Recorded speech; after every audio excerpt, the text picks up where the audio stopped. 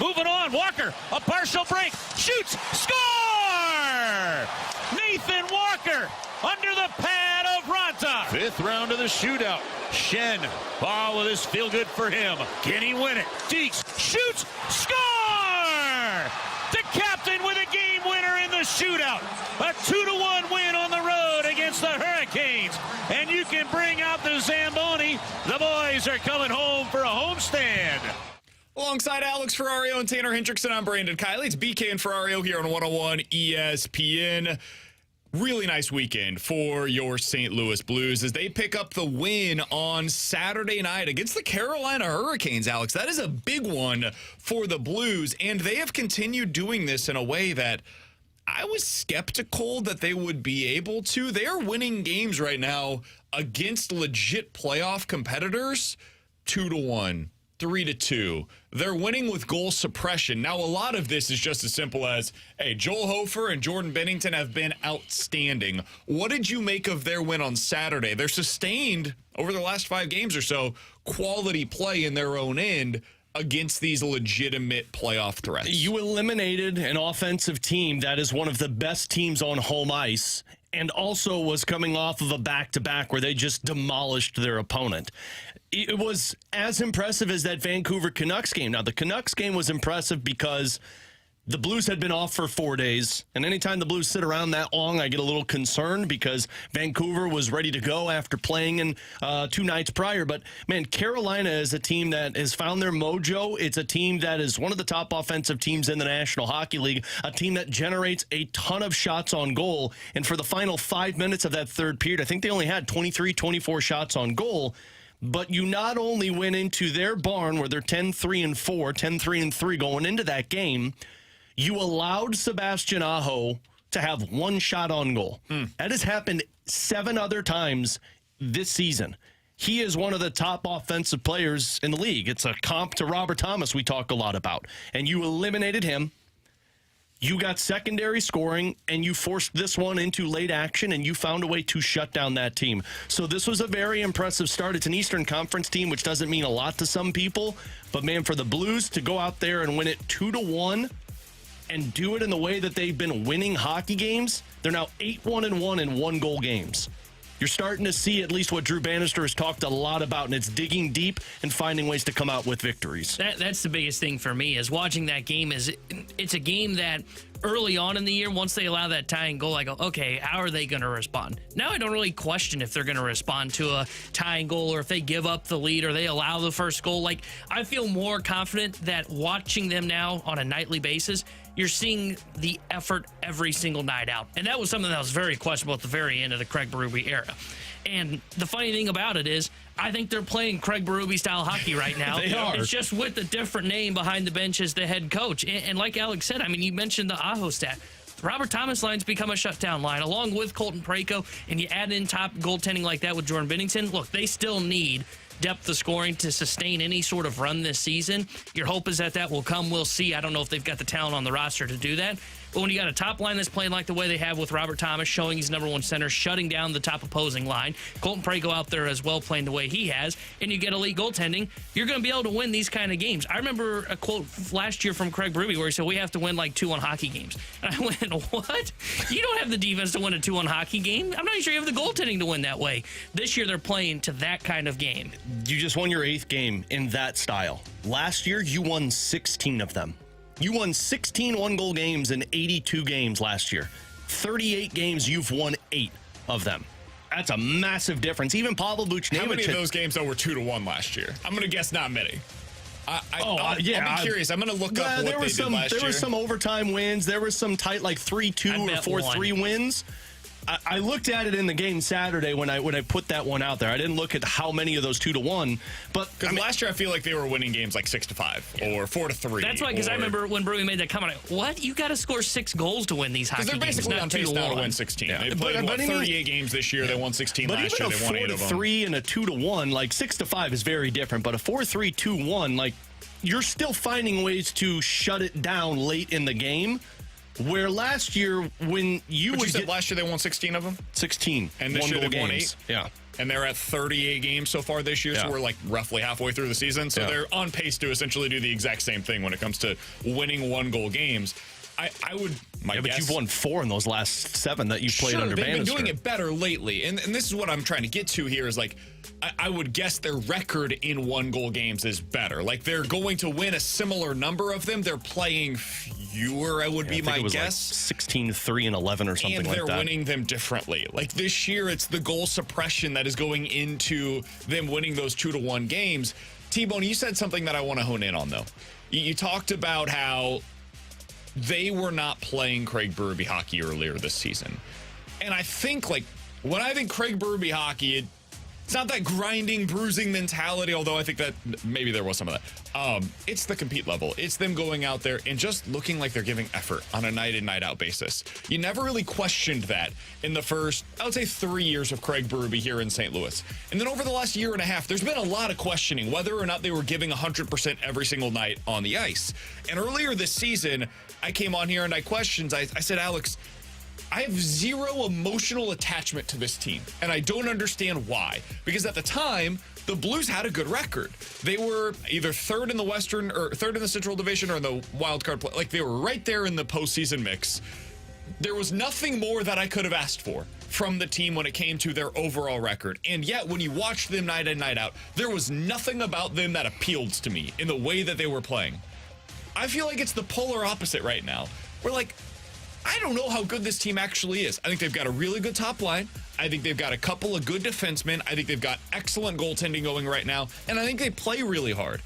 Man, this is the team that I wanted them to be in 2023-24. This is it. Because you're getting good returns on Jake Neighbors and Robert Thomas and Pavel Buchnevich to a degree.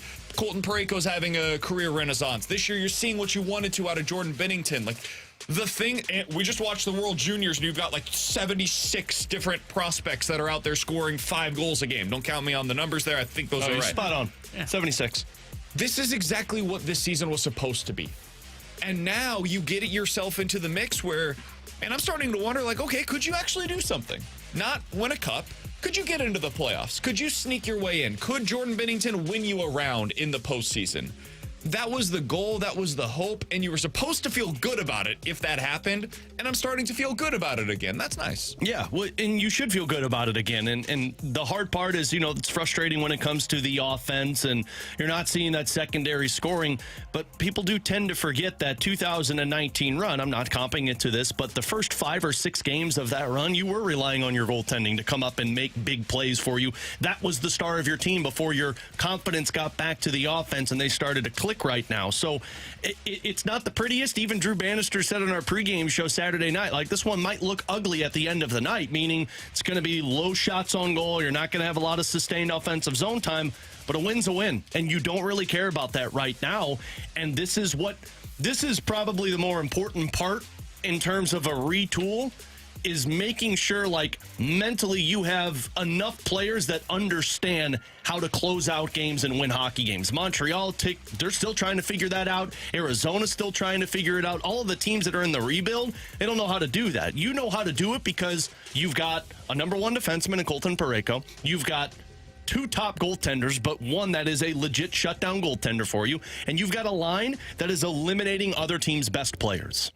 So last year, Alex, what would you guess was the Blues record when they scored 2 or fewer goals? Oh, it had to be like 2 or fewer goals. So this is where I was getting at with you, and I didn't know, like, this was purely anecdotal in my head as I was saying it. I was like, I hope the numbers match up with what I'm talking about here. Grant texted us, and so they only won 3 games last year where they scored 2 or fewer goals. So I'm going to say, how many games do you think they lost in which they scored 2 or fewer goals? Probably like, because that's a big part of this. Probably like 15 to 20. Oh, it had to be more than that, right? I mean, how often they scored 2 or fewer?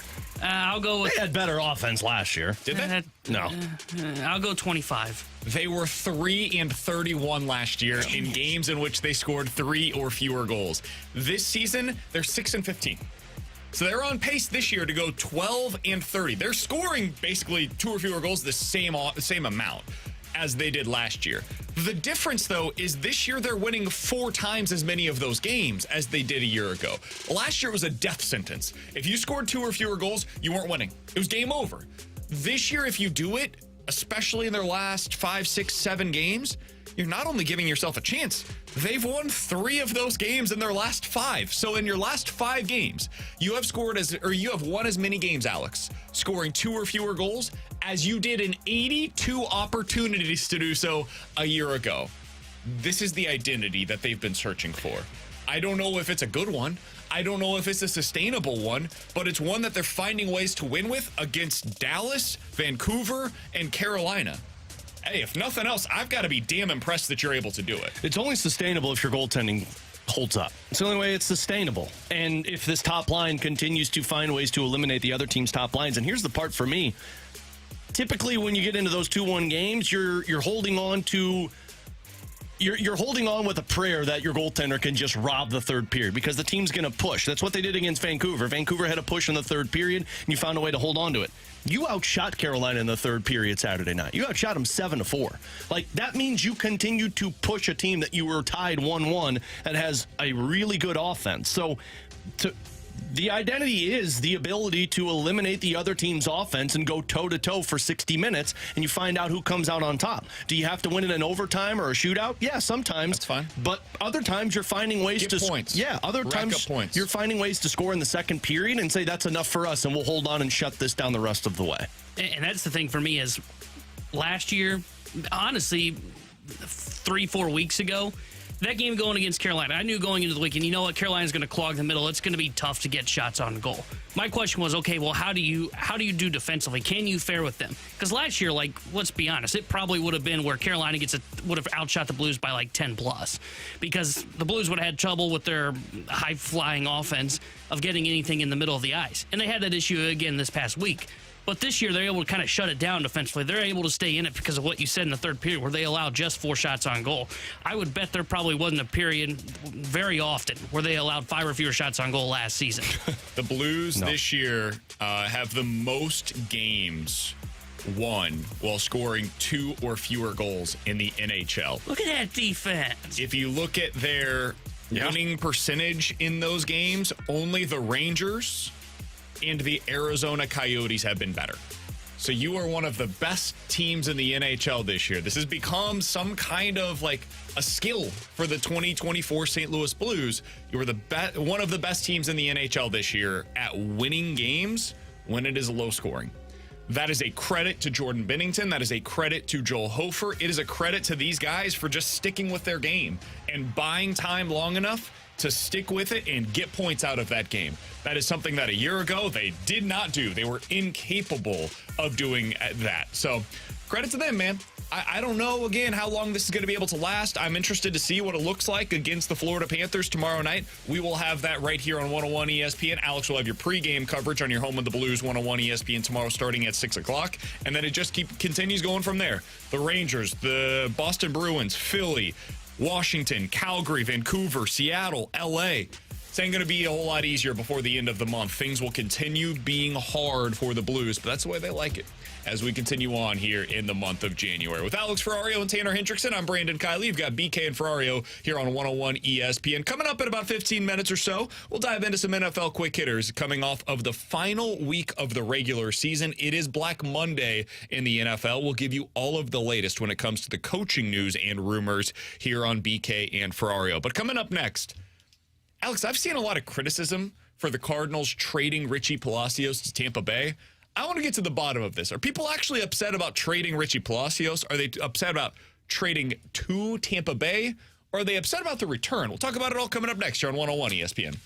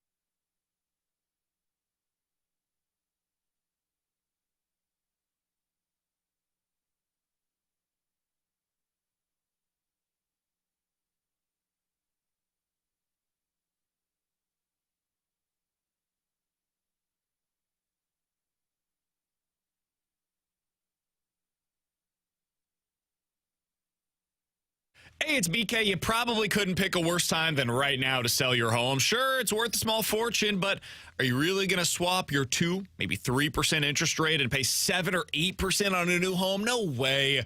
You don't have to when you get involved with a Get Paid and Stay program from Truehold.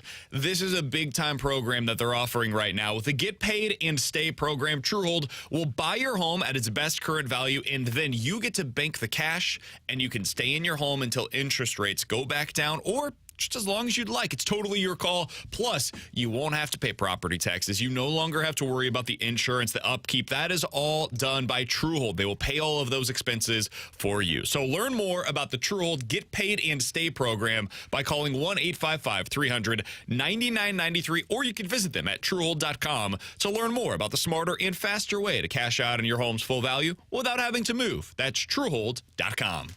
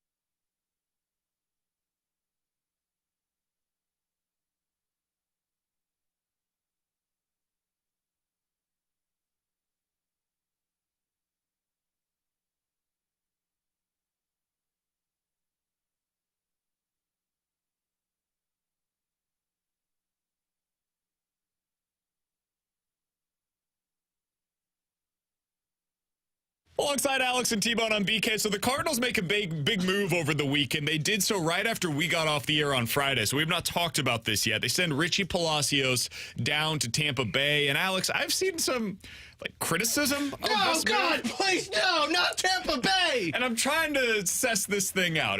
Are people upset about trading Richie Palacios, who became a little bit of a fan favorite here in the final month of the season? Are they upset about trading with Tampa Bay because of the ghosts of Randy Arozarena passed? Or are they upset about the reliever that they got back and him maybe taking them out of the free agent market for relievers because you were super excited about Phil Maton? Like, that was the move that was going to change the course of history in that market. I'm just trying to understand if you are upset about this move. 314-399-9646 is the Air Comfort Service text line to get involved in the show. You can check us out on YouTube as well. We've got the chat going on over there at 101 ESPN STL is where you find it. Those YouTube cams are powered by the Air Alliance team. What do you think it is that people are upset about specifically? Because I've got an opinion on this trade. I want to get to it.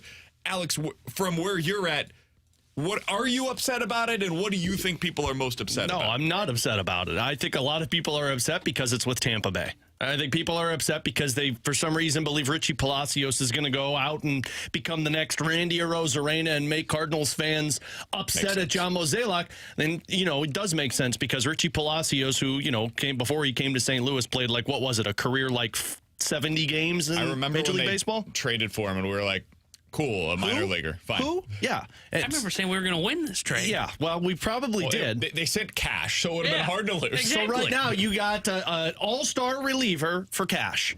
And that's the part that, no, I'm not frustrated with it. I didn't think you were going to make any moves in the free agent market worthwhile. I think those top free agent bullpen arms that were still available were probably too rich for your blood. So you traded a guy who was maybe going to be your fourth outfielder, but probably your fifth outfielder, for a guy who was an all-star 2 years ago. So I don't understand how you can be upset about it. Look, if Tampa Bay makes you an embarrassment when it comes to Major League Baseball trades once again, well, then so be it. That was on you. But for me, you traded a guy who didn't even come into the plans of your team next year for at least middle, if not back end of the bullpen for you for this upcoming season. Yeah, I think it was a smart trade by the St. Louis Cardinals because of what Alex said. Palacios didn't really have a role here. I mean, he was going to be in AAA to start the season because he's got one more year of options left, unless he would have won the fourth outfield job from Dylan Carlson. But it sounds like they're basically just handing him that job because they still believe in the upside of Dylan Carlson. You can call me more skeptical of it because I would have ran it with Richie Palacios and tried to trade Carlson this year.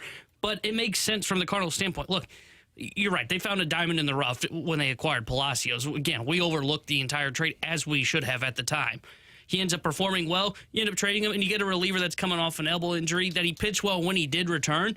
And if everything goes right for Kittredge, he can be that arm that they're looking for in the back end of the bullpen that can kind of pair with a JoJo Romero and kind of split that setup role in the 7th, 8th inning with him. So I think it's a smart process by the St. Louis Cardinals to flip Palacios for a guy that can be, as we've seen in the past, an all-star caliber reliever. I just think this is a really good move. Like, the process of it is great. Trading cash for a guy that, I mean, it was a lottery ticket. That's all he was. Richie Palacios, you saw some things that you liked. Left-handed bat, a little bit of speed, maybe a little bit of power that he's coming into, and he had some success down in the minor leagues. Yeah, let's give it a shot. They needed outfield depth because everybody in their outfield was hurt at the time.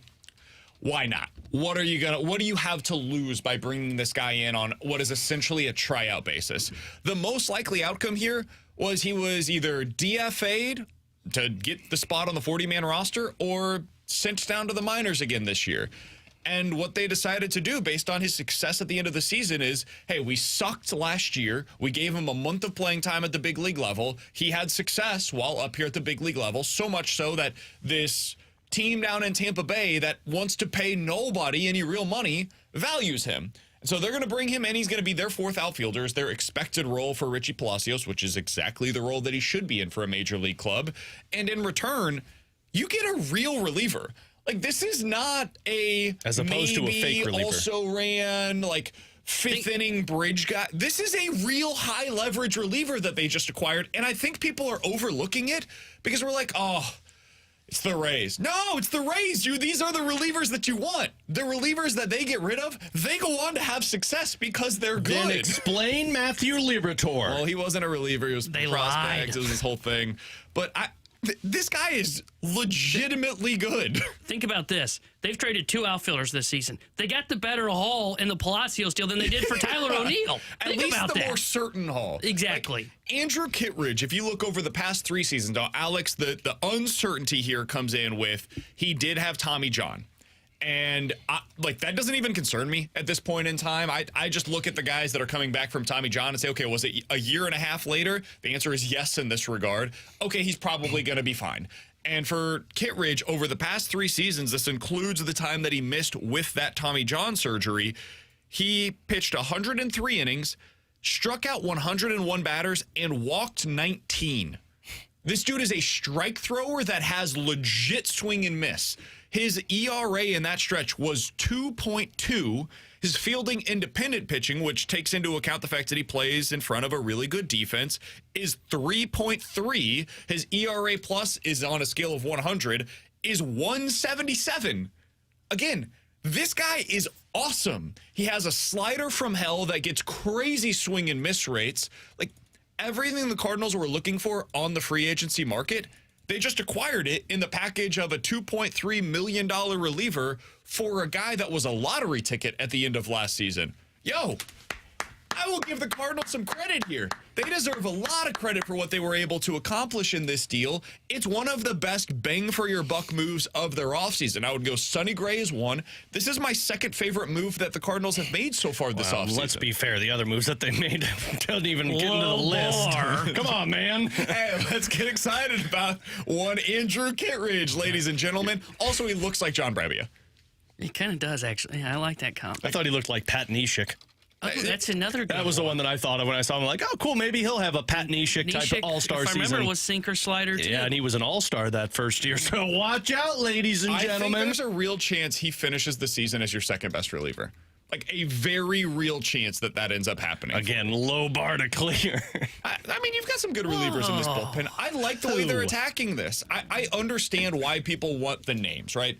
I fall into that trap occasionally as well, especially when it comes to bullpen arms. But T-Bone, how many times have we talked about this? The best way to go about building your bullpen is throwing as many different arms as you possibly can, seeing what sticks, and finding out over the first month of the season, hey, does this guy have it this year or not? And if the answer is no, get rid of him. Yep. And if the answer is yes, cool, we're going to go ahead and keep riding this thing and see if it works out. That's what the Cardinals have done. They're going about this in the bullpen in a really smart way. My frustration with them has nothing to do with their bullpen additions and everything to do with their lack of front-end starting additions. Yeah, and speaking of the bullpen arms, and you're right, because it is mostly just like throw it at a wall, see if it sticks. There's really like one or two guys in every bullpen that you could basically say, okay, this is what we're going to get from them. Think of all the teams that go on a postseason run. A lot of times when you hear the broadcast talking about a bullpen arm that comes in the 6th or 7th inning, they go, yeah, this guy was DFA'd, and now he's coming into the game and pitching the 7th inning in the World Series. In Mexico 2 years ago. That then is he how went to the bullpens work. Frontier League, and now suddenly he added a pitch, and he's striking out 35% of the batters he faces. Yeah, and that's how it works. I can't remember who it was. Arizona had a bullpen arm where it was like, what? This guy was like DFA'd middle of the year. Now he's pitching the 7th inning. This is how bullpens work. Yes, you would like to go out and sign a Phil Maton. I still think they need to add somebody to the bullpen mix on around their $5 million is what it sounds like they're going to be willing to spend. I think they can still get a decent arm for that. But a lot of the additions in the bullpen is just throw it at a wall and see if it sticks. Because as much as we mentioned Pat Neshek was like a nobody when they acquired him back in, 2014. Think about all of the moves they made in 2011 that they traded for. Like the guys that they traded for were pieces. They were just spare parts of a bullpen, and then they came together. They made a really good bullpen here in St. Louis that, of course, won you the World Series. I'm not comparing what they did this offseason to 2011, just the feeling of when you acquire them compared to what the actual results were. I think that could be somewhat similar to what they've done so far this offseason. Yeah, and I agree with you because I think when you look at what they're doing, they're looking for swing and miss stuff. And most of the guys that they've acquired, like the Rule 5 pick, the guy acquired in the Tyler O'Neill trade, they've got swing and miss. They either haven't proven it at the major league level, or it comes with like, hey, yeah, the guy's going to walk quite a few guys. Maybe we can iron that out. I like the process of the bullpen. Again, I still think they need another arm that can kind of come in and help compete for this back-end relief role because I'm not 100% sold on JoJo, not 100% sold on a Giovanni Gallegos bounce back. If you can get one more arm in here, then I think that you put the cherry on top of this bullpen. If they bring one more arm in, they could have one of the better bullpens in the sport. And I know that sounds crazy given how terrible they were last year, and there's a lot of uncertainty with what they have done. And that is the concern if you're a Cardinals fan going into the season. I would also add that is the easiest thing to improve during the regular season is going out and finding one or two bullpen arms, whether it's via guys that are DFA'd, minor league depth, or players that you're trading for at the deadline. You can continue to add in that. So that's why I'm not super concerned if this is it. If this is the last move they make for the bullpen, I think you can continue patching that thing together as you go during the regular season. I would like them to add one more. I don't think that it is completely necessary. The number one starter, the guy that starts a game one or game two of a postseason series, that still feels to me like it is an urgent need for this team, and I do not feel the same sense of urgency from them. Winter warm-up is Saturday, dude. Like, we are no longer early in the offseason. We're a month away from pitchers and catchers reporting down to spring training. And I don't think they have enough dudes in their rotation right now. So if we want to talk about, hey, where is this team light? What is the biggest concern that they have going into the season? I think they've done enough in the bullpen to make me feel comfortable with where they're at. Maybe not confident, but comfortable. And again, rotation, you can, whoo, boy, nope. Again, you can fix the bullpen mid-season, trade deadline, acquisitions, waivers, whatever it might be. You can't fix the number one starter. At least this team can't fix the number one starter. So I'm with BK. You want to be aggressive in another area, and you should be aggressive in acquiring another guy for your rotation and say all done everywhere else.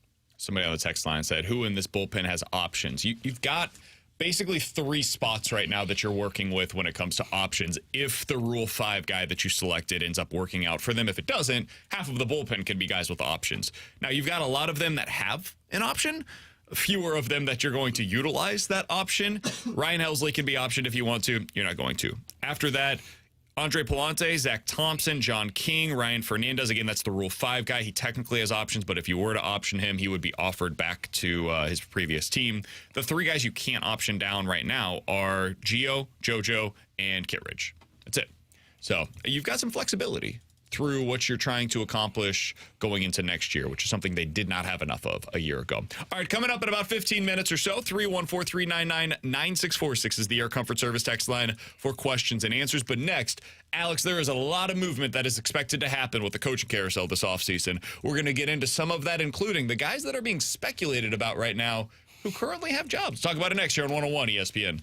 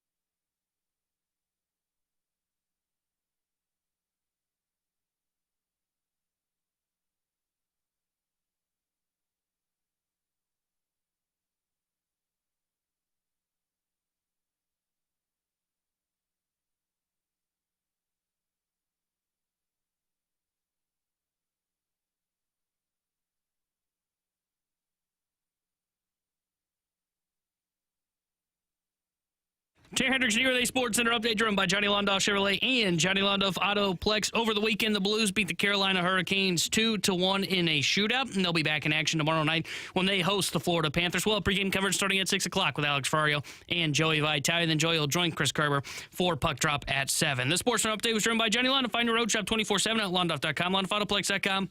Are you kidding me?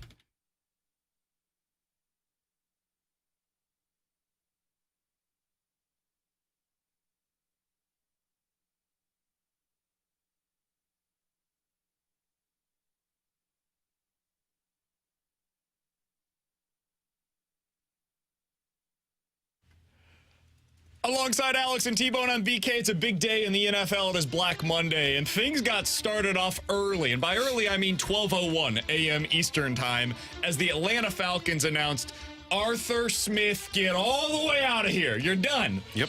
They got embarrassed yesterday against the New Orleans Saints. He got super upset. Dennis Allen was running up the score, except for the fact that Dennis Allen actually wanted them to take a knee. And I don't know if you guys saw this, but instead of taking the knee, the Saints line up in the victory formation.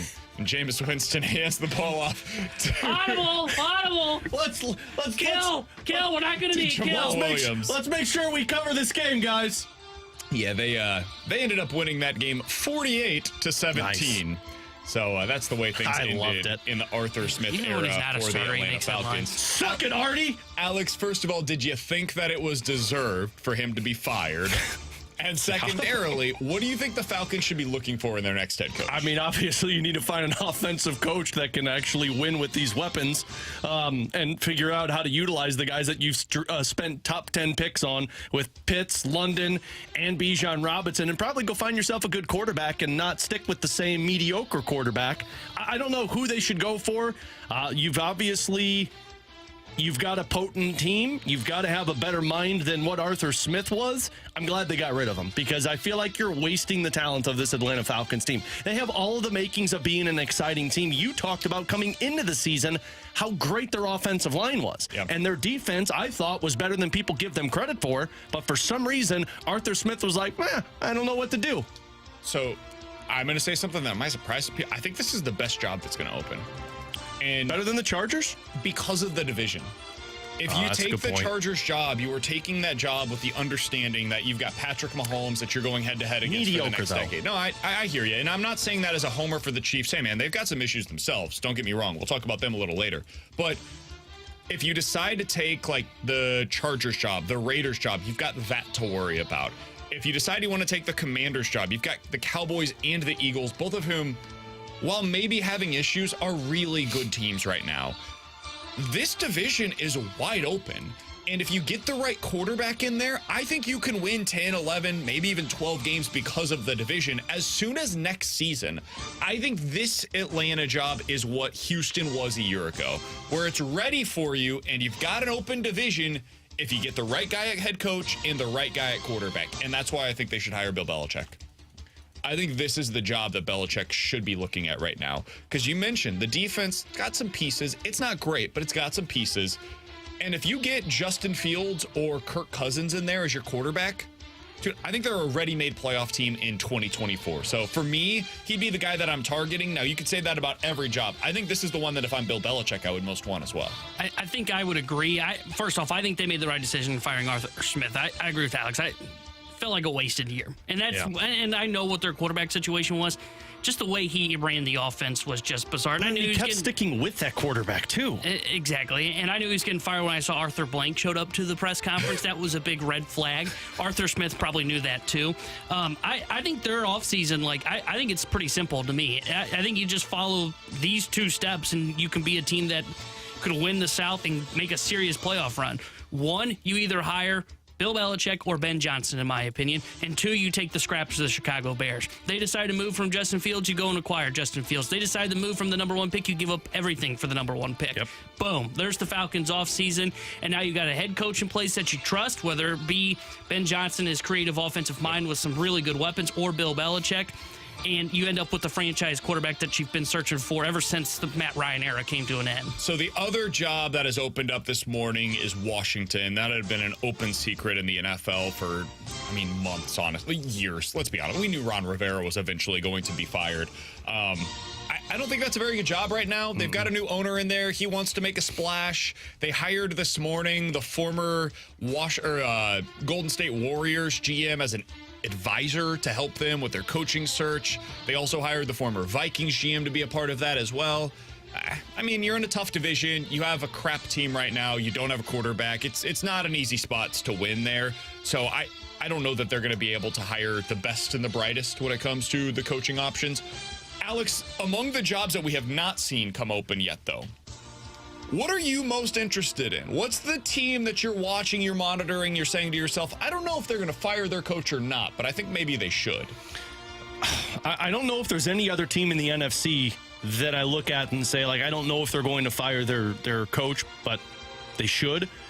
In the AFC, I think we saw the reports with Mike Vrabel in Tennessee. That needs to be figured out. That would be, if I'm any team right now that's looking for a head coach, that's the team I'm going to be focusing on so much, because Mike Vrabel has made the best out of a terrible situation for the last 3 years.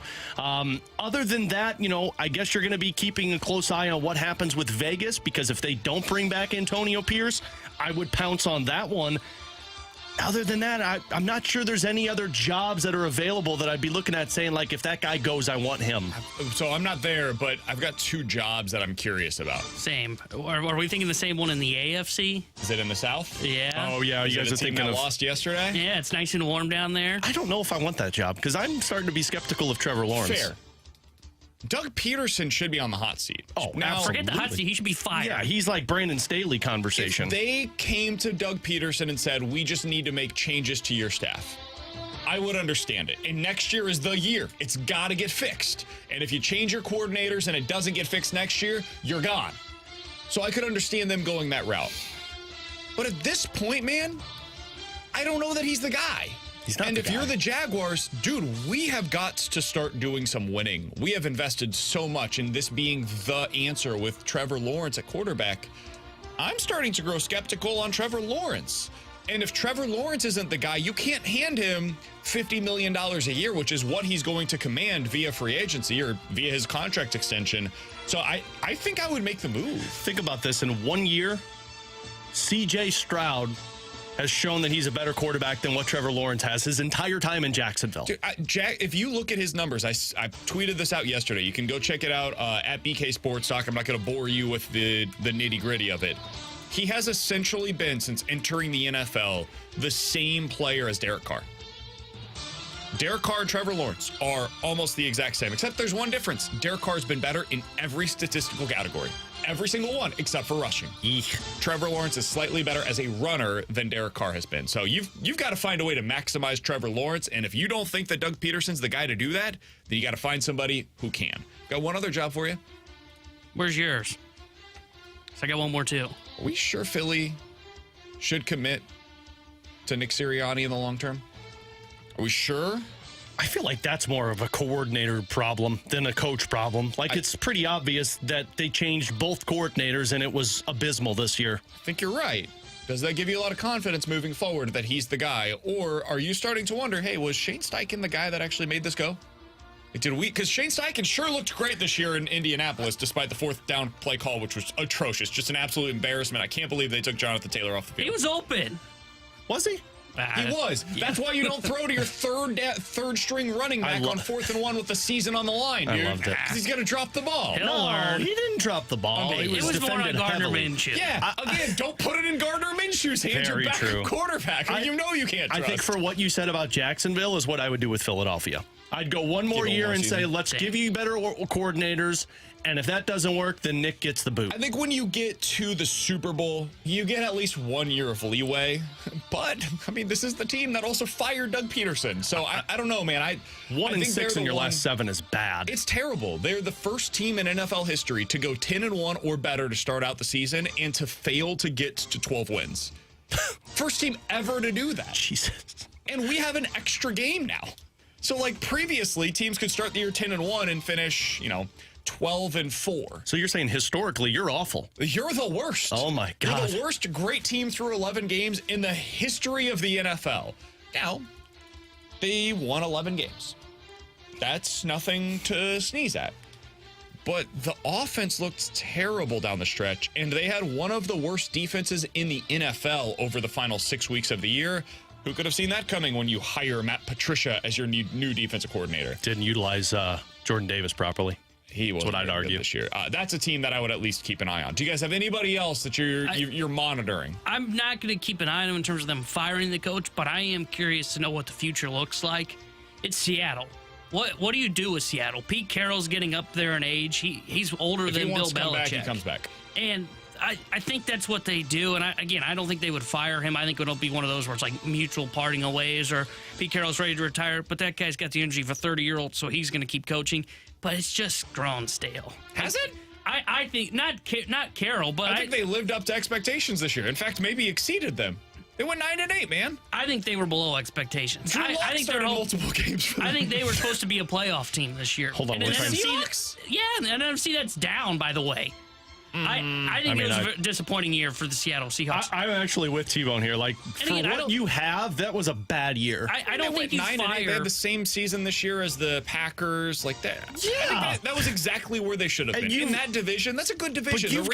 The Rams had the year that we weren't expecting, and they basically flip-flopped with the Seahawks. I think that's fair. But you have arguably one of the best on paper offenses, and you got outscored in terms of Geno Smith, man. Like Geno Smith was like a comeback player of the year last year because it was surprising. This year, we weren't surprised by it. He put up pretty similar numbers this year to what he did a year ago. The New Orleans Saints scored more points as a team than the Seattle Seahawks. Is that true? Yes. 402 points through the season, went 9-8, and Pete Carroll's offense with Kenneth Walker, Smith and Jigba, Tyler Lockett, Kenneth Walker. DK Metcalf. DK Metcalf, thank you. They scored 364 points. And the biggest Fire thing, that man! the biggest thing for me is New Orleans scored 400 points. Yeah. It was the That's the 48. surprise. It's the 48 that they got. Thanks for that last touchdown, actually. that's the thing for me is like I love the weapons they have offensively. Yes, I agree. Geno Smith is Geno Smith, but defensively they haven't been good for the last handful of years. And for Pete Carroll, it's just been like, hey, like you got Pete Carroll, you're like 500. For Seattle, aren't you looking for better? This isn't college football. Hell, Illinois, I would sign up for 10 straight 500 seasons. You're the Seattle Seahawks. It's the NFL, man. Bears scored 4 less points than the Seattle Seahawks all season. That's even more shocking. Fire that man. I wouldn't. I wouldn't either, but like Get you a better quarterback they're getting first. At a crossroads. You got to get a better quarterback first. I would keep. I think Pete Carroll has proven at this point he's a really freaking good coach. And if you can figure out the quarterback situation, Alex, to your point, and I like Geno. I think Geno is a really solid starter. I think you're always looking to upgrade from Geno if Geno is your starting quarterback. That'd be the team if Justin Fields is available, I'm trading for. Sure, Justin Fields, Kirk Cousins, some of these guys that are going to be available on the market this offseason. That's a really good spot for any of them, a landing spot that you'd want to go to. If you had to put together, final thing here as we're going through some NFL quick hitters with some of the coaching news and notes that have taken place around the league. If you missed it, last night the Atlanta Falcons fired Arthur Smith. This morning it's Ron Rivera that is gone from Washington. They're cleaning house in Carolina. They fired their general manager. They will start that search immediately. If you could put together a list of your top 3 candidates for coaching jobs this offseason, what would that look like? It can be somebody that's currently in a job that you think is going to move. Could be somebody that is just available. For me, Bill Belichick would be number 1. Mike Vrabel would be number 2. And I would have Ben Johnson 3 with the honorable mention of Jim Harbaugh. But those would be my top 3 guys that I'd be looking to hire this offseason. I actually wouldn't have Belichick in that top 3. I would have Johnson. I would have Mike Vrabel. Actually, I would put Vrabel 1, Johnson 2, and I would have Raheem Morris as number 3. And by the way, Ben Johnson is the Detroit Lions offensive coordinator. For those that aren't familiar, he's done a really good job. Raheem Morris is number 3. I think that's a really intriguing one. I know Schefter reported that the Commanders requested permission. That'd be the team that although they traded all of their defensive weapons away, but that would be the team that I would say, like, let's get that mindset on our roster moving forward. Yeah, I would go Belichick 1. I think 2 for me is Ben Johnson. And then 3, I would probably go, I think I agree with Raheem Morris. I would go either Raheem Morris or, why am I drawing a blank on his name? DC in Dallas, Dan Quinn. Dan Quinn. I think those 2 definitely deserve another head coaching job. I'm not in on the Mike Vrabel experience. I think he did great for that 1 year, and since then he's basically had the same roster. And look, you can say the same thing about what we said in Seattle, where it's Geno, he had Ryan Tannehill.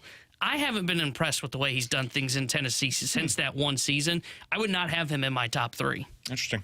So there's where we're at with all of the coaching moves. We'll see if there's anything new that develops over the next couple of hours. If there is, we'll certainly keep you apprised of that here on BK and Ferrario. Coming up in about 15 minutes or so, we got to talk about Jordan Binnington. Alex has been right about a few things with the St. Louis Blues this year. Colton Parayko, Robert Thomas, most notably Jordan Binnington, who won you a game once again on Saturday. We got to dive into some of his numbers coming up at the top of the hour. But next, 314-399-9646 is the Air Comfort Service text line for questions and answers here on 101 ESPN.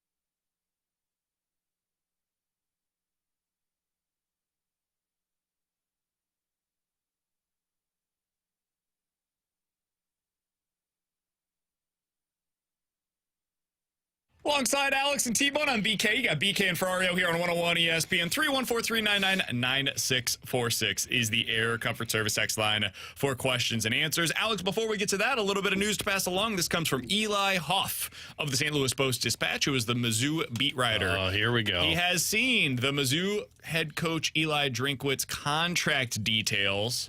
Oh, he's leaving for LSU too? What would you guys guess is Eli Drinkwitz's new salary?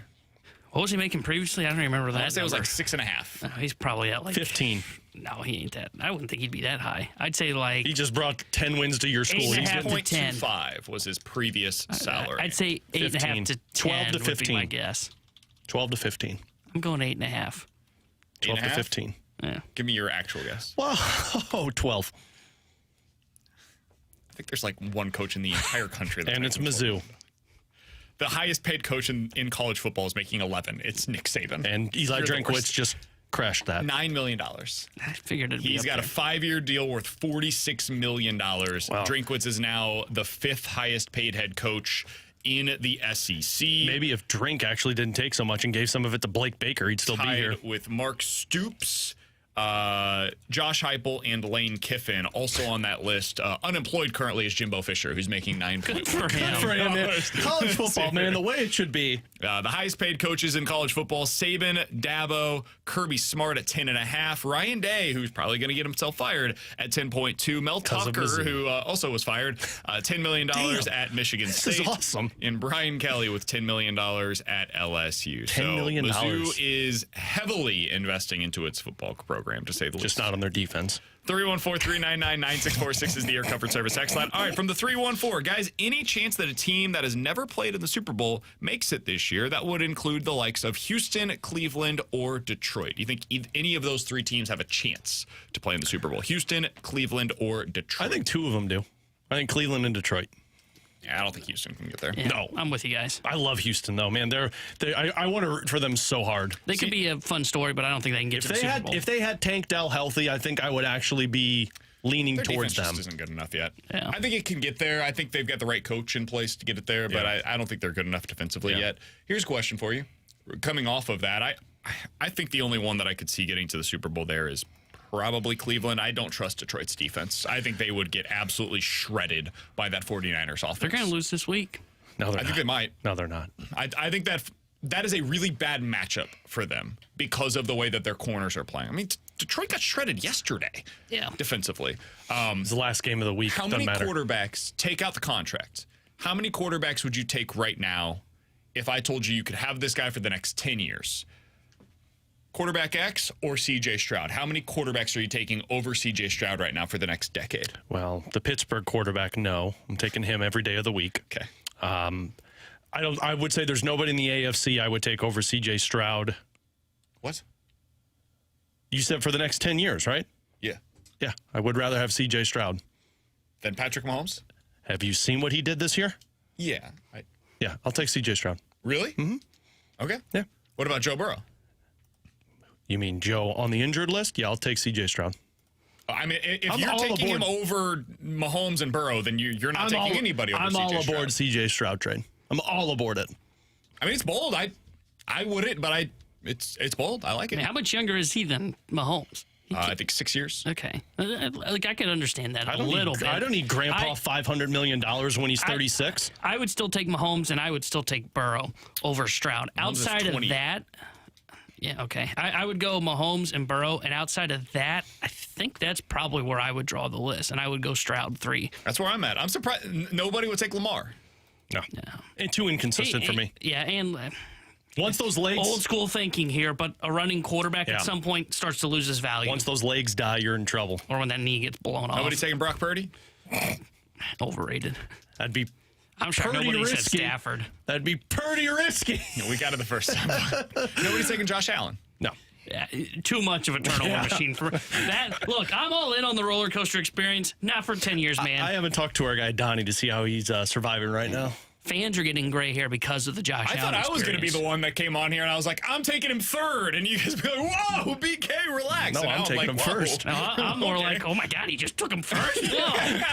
You're welcome. Okay, good for you, man. 314-399-9646 is the Air Comfort Service text line for questions and answers. Last one here, guys. Stafford versus Goff in Detroit. Is that the number one storyline this weekend in the postseason? I think so. Yeah, I mean, Nope.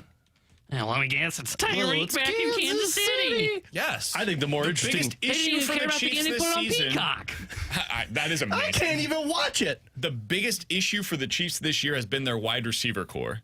And Tyreek Hill in the first round of the postseason, putting up a historically great season, is returning to Kansas City for the first time because the last time these two teams met, it was played over in Germany. Yeah, I think that's the top storyline going into this week. I also am really interested in Tampa versus Philly because I think Tampa beats Philly. I mean, I I can see think it. Tampa beats Philly in a wild card game. That and- will be the game that the most people are calling for an upset. Donnie There just he passed is. by. He's Donnie, I smiling. got it. Donnie. Donnie's busy. He's got an actual station to run. He was literally sprinting down the hallway away from us. I think the Bills are very fortunate that they are playing against the Pittsburgh Steelers in the first round. Because if you put them against I think they could have beat Kansas City in the first round. Same. I think they would have beat Kansas City.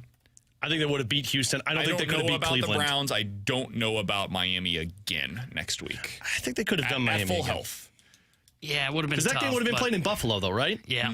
I think I would give the edge to Buffalo in January. Supposed to be negative 5 degrees this weekend in Kansas City for that game Ooh, between lovely. the Chiefs and the Yeah, Dolphins. Buffalo would have crushed the Chiefs in that game. All right, coming up in about 15 minutes or so, we're getting back to the NFL, round of the NFL playoffs. Who's the team right now that you give zero chance to advance beyond the wild card round? We'll talk about that coming up in about 15 minutes or so. We may be joined today by the president of hockey Still waiting to hear. operations, Doug Armstrong. So stay tuned for that. At some point today, we believe that Doug Armstrong will be joining the show. But we got to talk about his goalie, Jordan Binnington, putting together one hell of a rebound season. Coming up next here on 101 ESPN.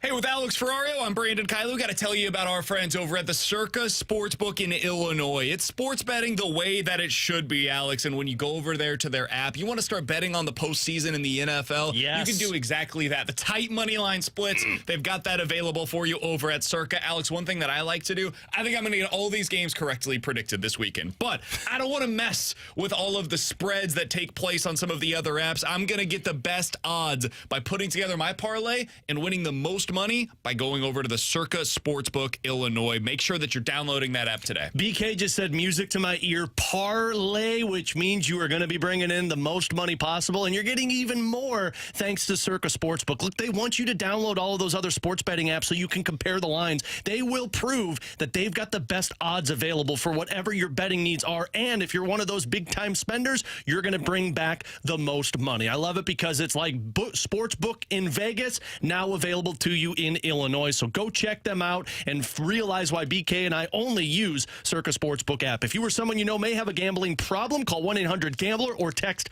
ILGAMB to 833-234.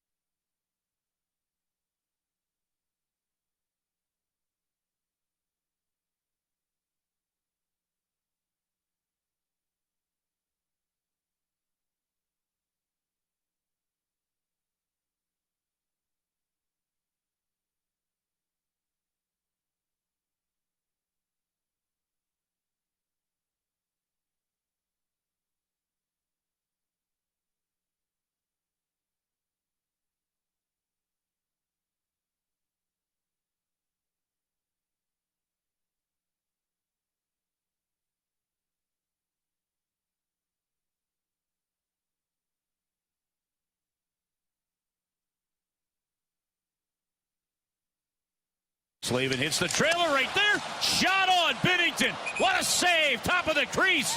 Lunged forward. Got a blocker on it. It keeps the rebound out as well. Kane shoot. What a save through traffic. 4 bodies in front of Binnington, and he gets a glove on it as he falls backwards. Deaconson shoots, and another save. Binnington, has he been fantastic tonight? Alongside Alex Ferrario and Tanner Hendrickson, I'm Brandon Kiley. That's what it sounded like right here on your home of the Blues 101 ESPN on Saturday night as Jordan Binnington once again puts together one hell of a performance. Alex, without him standing on his head in the second period, the Blues do not win that game. And he has done that more often than I thought possible this season for St. Louis. Joel Hofer, I got to give him credit as well. He's been very good for the Blues when given his opportunities. But a rested Jordan Binnington is a good Jordan Binnington. And when we see him coming off of, whether it's the Christmas break, the New Year break, or a couple of games where, hey, Joel Hofer played basically 50% of the games between December 20th and December 30th.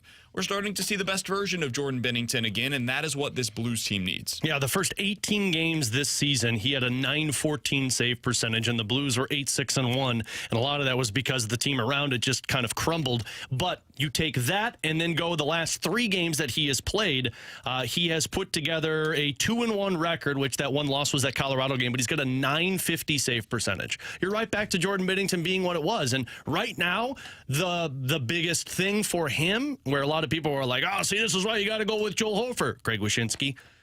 He got exhausted. He got a lot of games and a little amount of time, and a lot of that was because Joel Hofer wasn't at the top of his game. Remember, there was that stretch about 5 or 6 games where every time Joel Hofer was in net, he got pulled and Binnington got put back in. And then Binnington would start, he'd get pulled, and Hofer went back in. You went through that weird dual dimension where both your goaltenders were probably exhausted and not giving you the best stuff.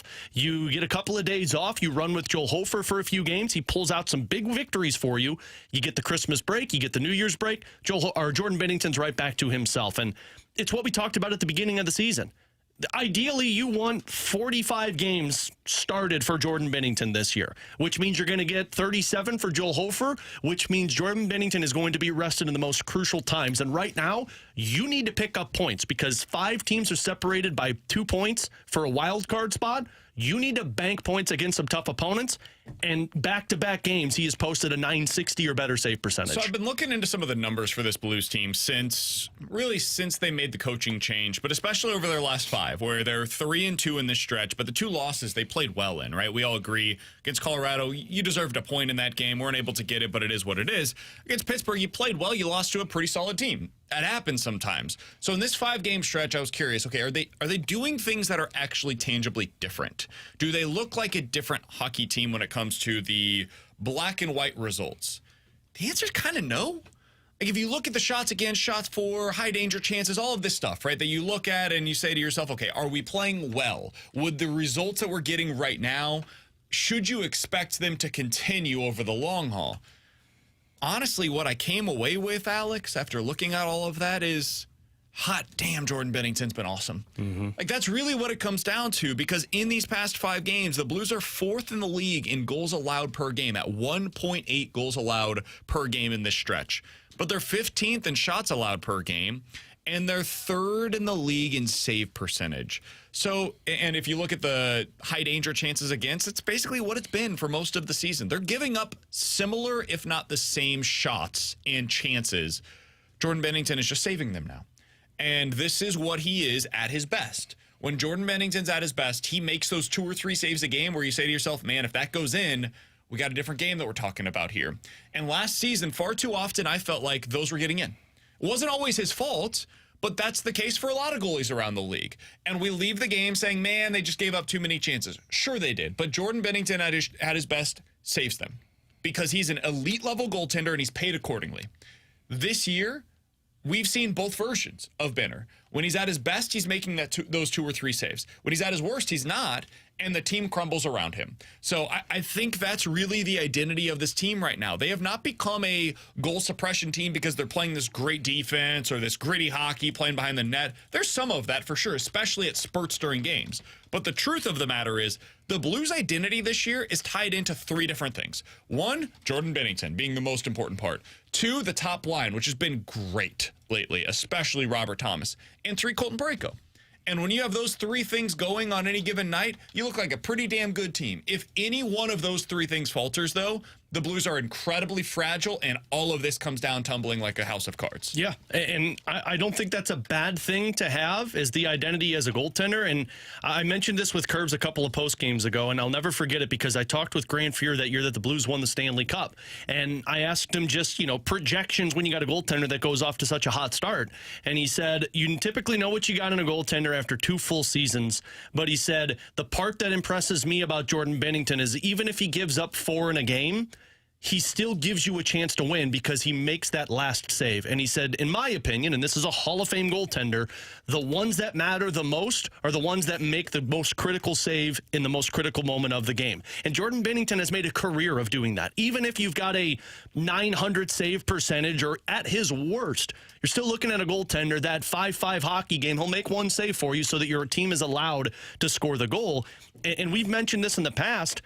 The Blues are in a perfect position that other teams are desperate for, and that's goaltending. Not only do you have Jordan Binnington, who everybody would agree, come playoff time, that's a dangerous goaltender to go up against. But you've also got Joe Hofer playing like this. Toronto's trying to figure out what the hell they're going to do with goaltending. The LA Kings have a really good goaltender, but how much can they rely on that? A lot of Stanley Cup caliber teams don't have the goaltending. You've got the goaltending locked in. And now it's just a matter of, hey, can our team get us to a playoff spot? Because if they can, goaltending can do the rest. 314-399-9646 is the Air Comfort Service text line to get involved in the show. We got this from the 314. Guys, this is exactly the same thing that we've seen from the Blues over the past 3 seasons. It's nothing different. I disagree with that. If you look at the way that the Blues are winning right now, they're winning, especially recently, by scoring 2 goals or fewer. They won against Dallas 2-1. They won against Vancouver 2-1. They won this game over the weekend 2-1 with a shootout. They're winning low-scoring games. Hell, even against Colorado, it was a 2-1 game that just the bounce went in the other direction. Some of that requires some luck. Some of that requires, a lot of it is, really excellent goaltending and then just some solid all-around plays as well, especially executing on the penalty kill, for example. Last year, you were last season, you were 3-31 when scoring 2 goals or fewer over the course of the game. 3-31. This season, you're 6-15.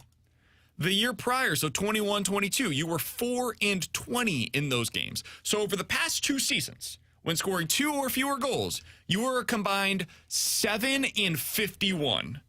This year, you're 6-15. You have 1 fewer win and 36 fewer losses in those games.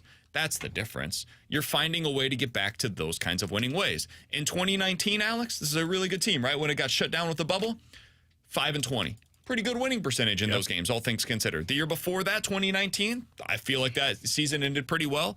6-27, a 182 winning percentage. You're getting closer to what those numbers were as opposed to what you've been over the last 3 years. 2-20, 4-20, 3-31. That's what you were when scoring 2 or fewer goals over the past 3 seasons. So no, it's not the same thing that we saw over the last 3 seasons. It's something very, very different. Coming up next, we're going around the NFL playoffs. Who's the team that you think has 0 chance to advance beyond the wild card round? We'll talk about it next year on 101 ESPN.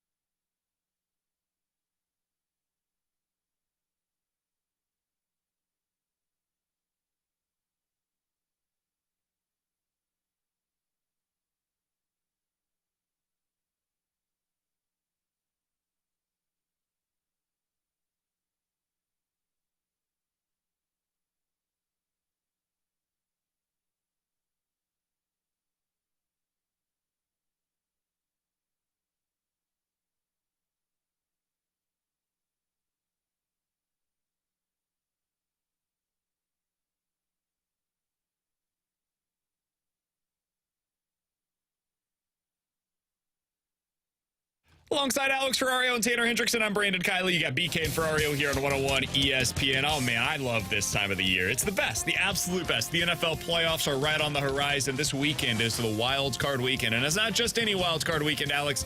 It is super wild card weekend because we've got 2 games on Saturday, 3 games on Sunday, and 1 game on Monday night. Yep, it's the weekend my If you wife haven't downloaded hates. the Peacock app, by the way, don't get mad on Saturday when you're not figuring out where the Chiefs game is. It's on Peacock. I'm going to be mad. I'm already mad. People are going to lose their minds. Oh, yeah. I'm Saturday, not buying all it. you're going to see is like 80-year-old family members texting you. You're like, our parents, Alex, Oh, yeah. will 100% text us saying, where's the Chiefs game? Why can't I find a Chiefs game on CBS? Yeah, Dad, if you're listening, don't text me. Figure it out yourself. You'll be like, yeah, Dad, you got to download the I'm not Peacock app. downloading the Peacock app. What's a peacock? I'm not at the zoo.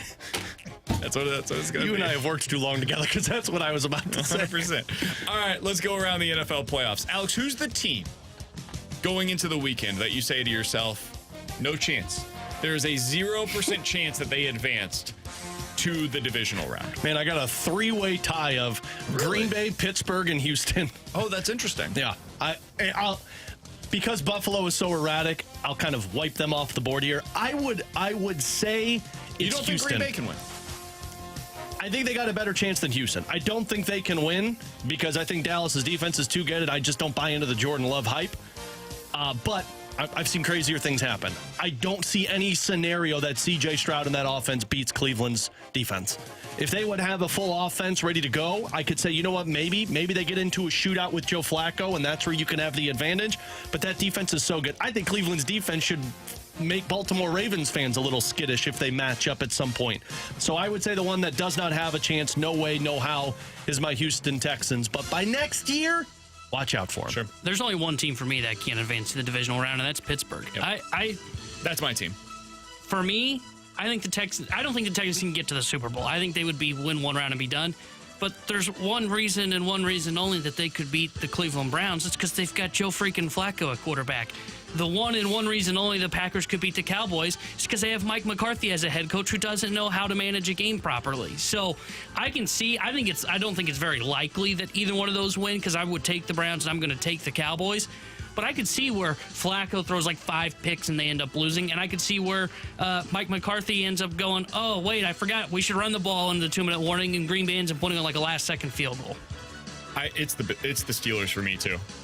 TJ Watt, it sounds like is not going to play in this game. He hurt his knee in their final game of the regular season. And just a weird play, a freak accident. His own teammate ends up kind of knocking into him. It's just brutal. Cut that guy. Trash. That was their only chance. Their way to win this game was TJ Watt has an all-time defensive performance and makes Josh Allen's day an absolute nightmare. And Josh Allen throws like 3 picks, fumbles once, and they return one of them for a touchdown. Like that was the path for the Steelers to win. And now it's gone because TJ Watt, even if he did find a way to go out there because he's superhuman, he ain't going to be himself. Not on that basically one leg. So I don't think the Steelers have any chance of making it to the divisional round because of that injury. By the way, speaking of injuries, is there an injury other than TJ Watt? Let's set that one aside for a moment. That you look at and you say, damn, that is the one that's going to be the nail in the coffin for that team. What is the biggest injury for any respective team going into this weekend? Mine would be Laporta with Detroit. Sucks, dude. Yeah. I mean, that's such a good tight end this year. That's how they, we've talked about how I believe their defense can at least stop the run for their opponent, which could give them an advantage. But if your offense isn't as elite as it has been, if you don't have Laporta and St. Brown and Williams, and then, of course, the running game, you're not as a dangerous threat. Like, you've got to have all of those weapons for me to believe in Jared Goff. And if you don't have Laporta, unfortunately, that's going to really hurt you. Yeah, that's the biggest one outside of TJ Watt. The other one I think worth keeping an eye on, but the reason it's not like up at 1 and 2 is because the offense has been clunky all season long as the A.J. Brown injury. That's another one. What's his status? It's a knee injury. He was standing greeting teammates. I think we'll know more by the end of today, but his status is up in the air, and it's going to fly under the radar because he's going to play. I don't have any doubt about it. The finger on Jalen Hurts' hand, keep an eye on that because that's a major. Did you see it? His finger was like, if you like bend your finger and you just have the middle knuckle up, it was like every other finger was straight, and then his fingers go, oh my God. Yeah. It was like when that ain't supposed to be that way. it was like when Paul George had the thing happen with that in that basketball game. What was the USA game? That I'm out. I can't watch it. Those two injuries the are definitely near player there. that had the leg. Yeah, what was his name? Kevin Ware? Yeah, Kevin Ware, I think was his name. That's not good. Come on, man. I think I would also go with Laporta. Yeah. I thought the Lions had a really good chance to be able to do something this postseason, and you can't do anything meaningful if you don't have the guy that consistently moves the chains outside of Amon-Ra St. Brown. Now your offense really is going through Amon-Ra St. Brown and those running backs, and that could work against the Rams. Like, Jahmyr Gibbs could just have an awesome game and go for 60 yards on the ground and 80 through the air. That is absolutely in play, but not having him saps any potential of them being able to move on beyond, in my opinion, the divisional round. So I'll go with Sam Laporta as well. If you guys had to take one road team that will win this weekend, who would you go with? Mine's easy. Road team to win. And I know I'm going to get called a homer here. I think it's the Rams. Oh, never mind. I thought you were going with mine. Because I look at the Rams, and they've got a fine defense. Like, don't get me wrong, Detroit's still going to put up points even without Laporta. But Detroit's secondary sucks. And the Rams, this is the Rams' weapons, okay? You got Kyron Williams, who's been great at running back. That can be both a pass catcher and can run the ball very well. You've got Cooper Kupp and Puka Nacua, who just set all kinds of rookie records yesterday. All of them. The new rookie receiving record in terms of yards and receptions belong to Puka Nacua. And Higbee's fine at tight end. And then you've got Robinson, who's going to be their third wide receiver, who's played really well down the stretch of the season. They've got all the weapons, and they've got Matthew Stafford, who's playing great once again because he's healthy. They've got the formula to beat the Detroit Lions. I don't think the Rams can win the Super Bowl by any means, but they're going to be a team that is going to be a tough out, and I think they can go on the road, and I think they can beat the Detroit Lions. Mine's Miami. I really think Miami and Tyreek Hill are going to have themselves a game, and I don't know how. Show me how Kansas City's offense is going to be able to compete with that offense. Show me Miami play against a good team and win. Yeah, fine, but Tyreek Hill against Kansas City, I'll put my money on that. I mean, did you see the last time that those two teams played? Yeah, Tyreek Hill, it was in Germany, doesn't count. No, I wasn't up. Yeah, it doesn't count, it was in Germany. T-Bone's thing, West Coast to East Coast. Finished with 8 receptions for 60 yards, did basically nothing. The Chiefs scored more often when he had the ball than tired, man. Grandpa Travis Kelce can't keep his feet going. Patrick Mahomes is washed up. The Dolphins finished the regular season 1-5 with a negative 91-point differential against playoff teams. They were the only teams that were worse against playoff teams this year were the Giants and the Commanders. Sure, keep living on dreams.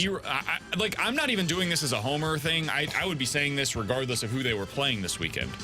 I have no belief in this Miami Dolphins team. And now they're going into this game with a banged up Jalen Waddle at best, Raheem Mostert, who's hurt as well. They've got 2 edge rushers and a corner and a middle linebacker that are all expected to... Oh, man, that team has no chance this weekend in Kansas City. The problem is I have no faith in the Kansas City Chiefs. Yeah, that's fair. Dolphins could totally score 14 points defensively in that game. Trash. The team that I think has the most likely chance to win on the road this weekend is the Browns. I think they're better than the Texans. That defense, I think, has a chance to score this weekend. I love C.J. Stroud. You know that, Alex. I would take him third on my list of quarterbacks that I could have for the next 10 years. But I think the Browns are the better overall team, and that defense is really freaking good. So I will take the Browns this weekend. For Alex and T-Bone, I'm BK. Coming up in about 15 minutes or so, we'll dive into the junk drawer. But Alex. Update, Doug Armstrong, president of Hockey Ops, is going to be joining us at 1 o'clock today. That is coming up at 1 o'clock. Coming up next, Blake Baker serves as a reminder for Mizzou fans and really college football fans everywhere that every coach on your roster is nothing more than a mercenary, and don't allow yourself to get too emotionally attached to any of them. Harsh reminder of that last weekend. We'll talk about it next year on 101 ESPN.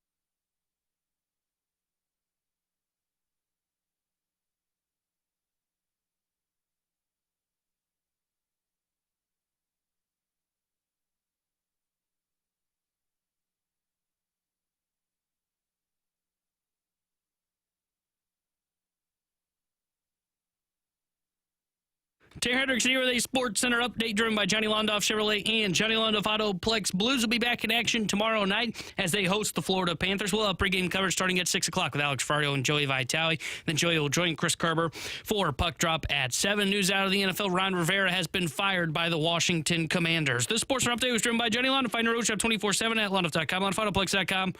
Are you kidding me?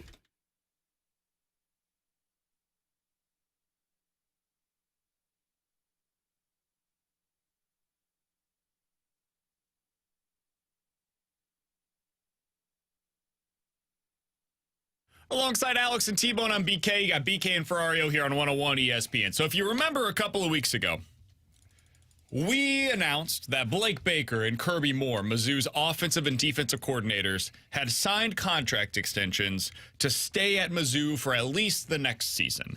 That was the news coming out of Missouri's season. It was right after Christmas, and there was the Wolf of Wall Street gif, Alex, the video that Blake Baker tweeted out, "I'm not bleeping leaving," and everybody was very excited because this is going to be an all-in year for the Missouri Tigers. They're pushing all of their NIL chips into the middle. They've got Luther Burden and Brady Cook and Theo Weiss and a bunch of defensive stars all coming back. Yippee! Great season ahead. Expected to be in the top 12 in the first initial college football rankings next year. Like, everything is in front of you. The college football playoff, the 12-team expanded playoff is going to be arriving.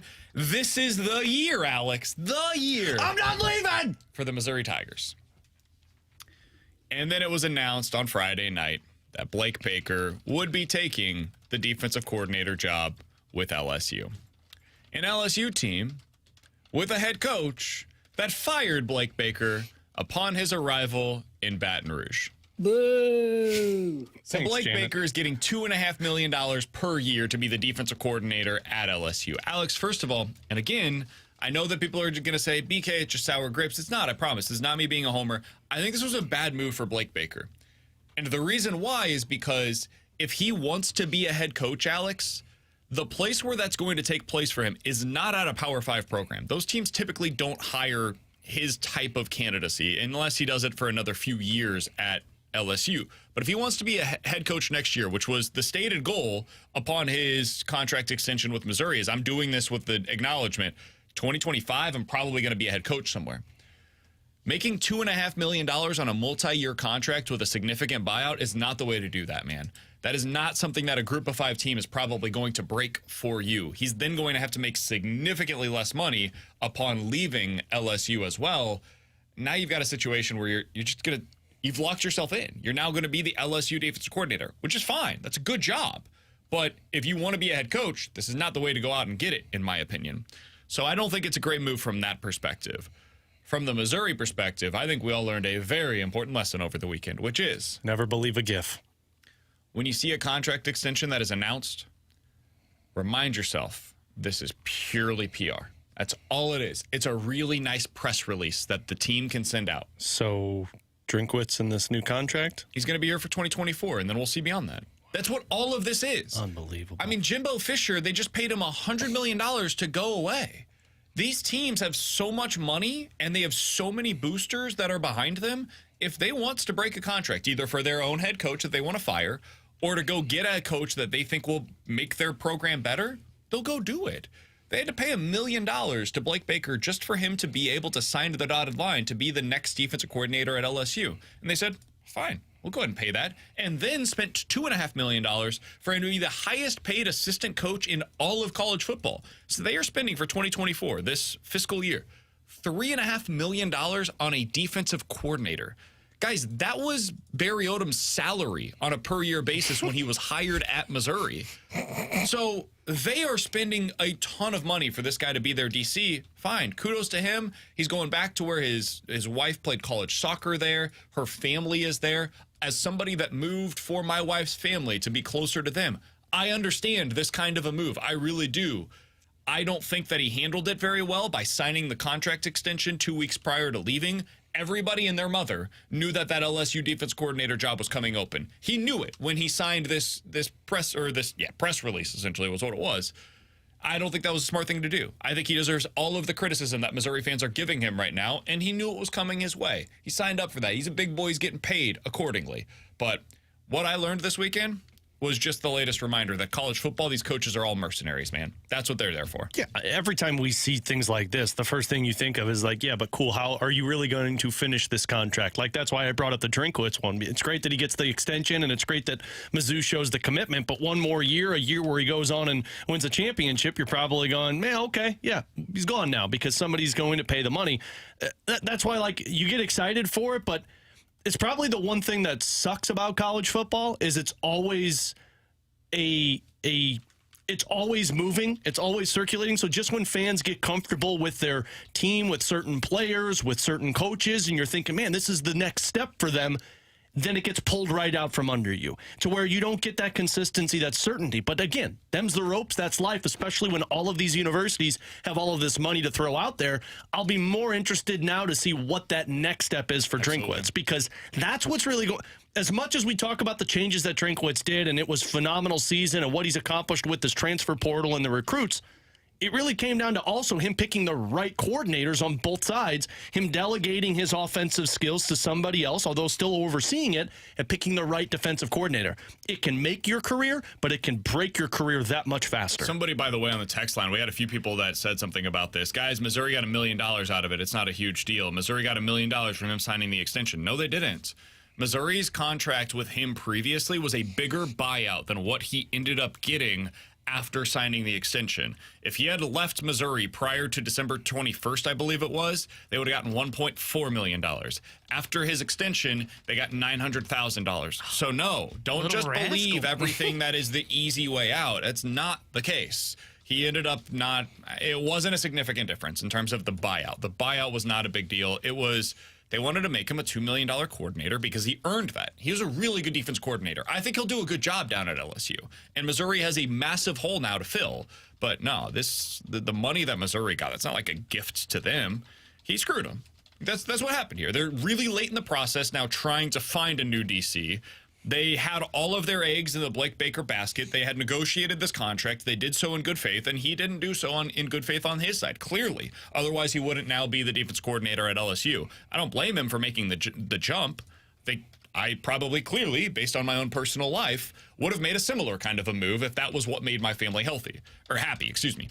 That being said, yeah, I think he went about it the wrong way. I don't think he handled this particularly well, but it doesn't matter. It's his job. It's his life. He gets to do whatever he wants to. As far as who they're going to hire next, Alex, because I do agree with you. This is a massive hire for Missouri in what is an all-in season for them. There are two guys in-house that are going to be candidates for this job. Oh, boy. One is their linebackers coach, DJ Smith. He was the linebacker coach at Appalachian State under Eli Drinkwitz, then followed him to Missouri. He is seen as a rising star in the coaching ranks. Somebody's going to make him a defensive coordinator, whether it's Missouri or somebody else after this upcoming season. He's a very good recruiter. He was an NFL linebacker. Guys absolutely love him on the team. So he is somebody to keep an eye on. He is also somebody that has been at least in the rumors of, hey, is he going to follow Blake Baker to LSU? I don't know. The guy that is more in those rumors is Kevin Peoples. He's their defensive line coach right now. He specifically works with the edge rushers, and the edge rushers have been really good for Missouri over the last couple of years. He's also seen as a good defensive recruiter as well. He is somebody that people think probably will be following Blake Baker down to LSU if he's not given the defense coordinator job at Missouri. Do you hire somebody just to keep them? I don't know. My answer to that would be no, and you figure things out accordingly because you've got so much money to spend. If you can spend $2 million on Blake Baker, you're going to make him a top 5 paid assistant in the country, you've got the money to go out there and get a really good candidate. I would go external. I would go big game hunting, man. I'm talking to Jim Leonard. It sounds like he's probably more interested in going to the NFL game. So if he's not an option, fine. Oh, poor T-Bone. There's some other coordinators out there.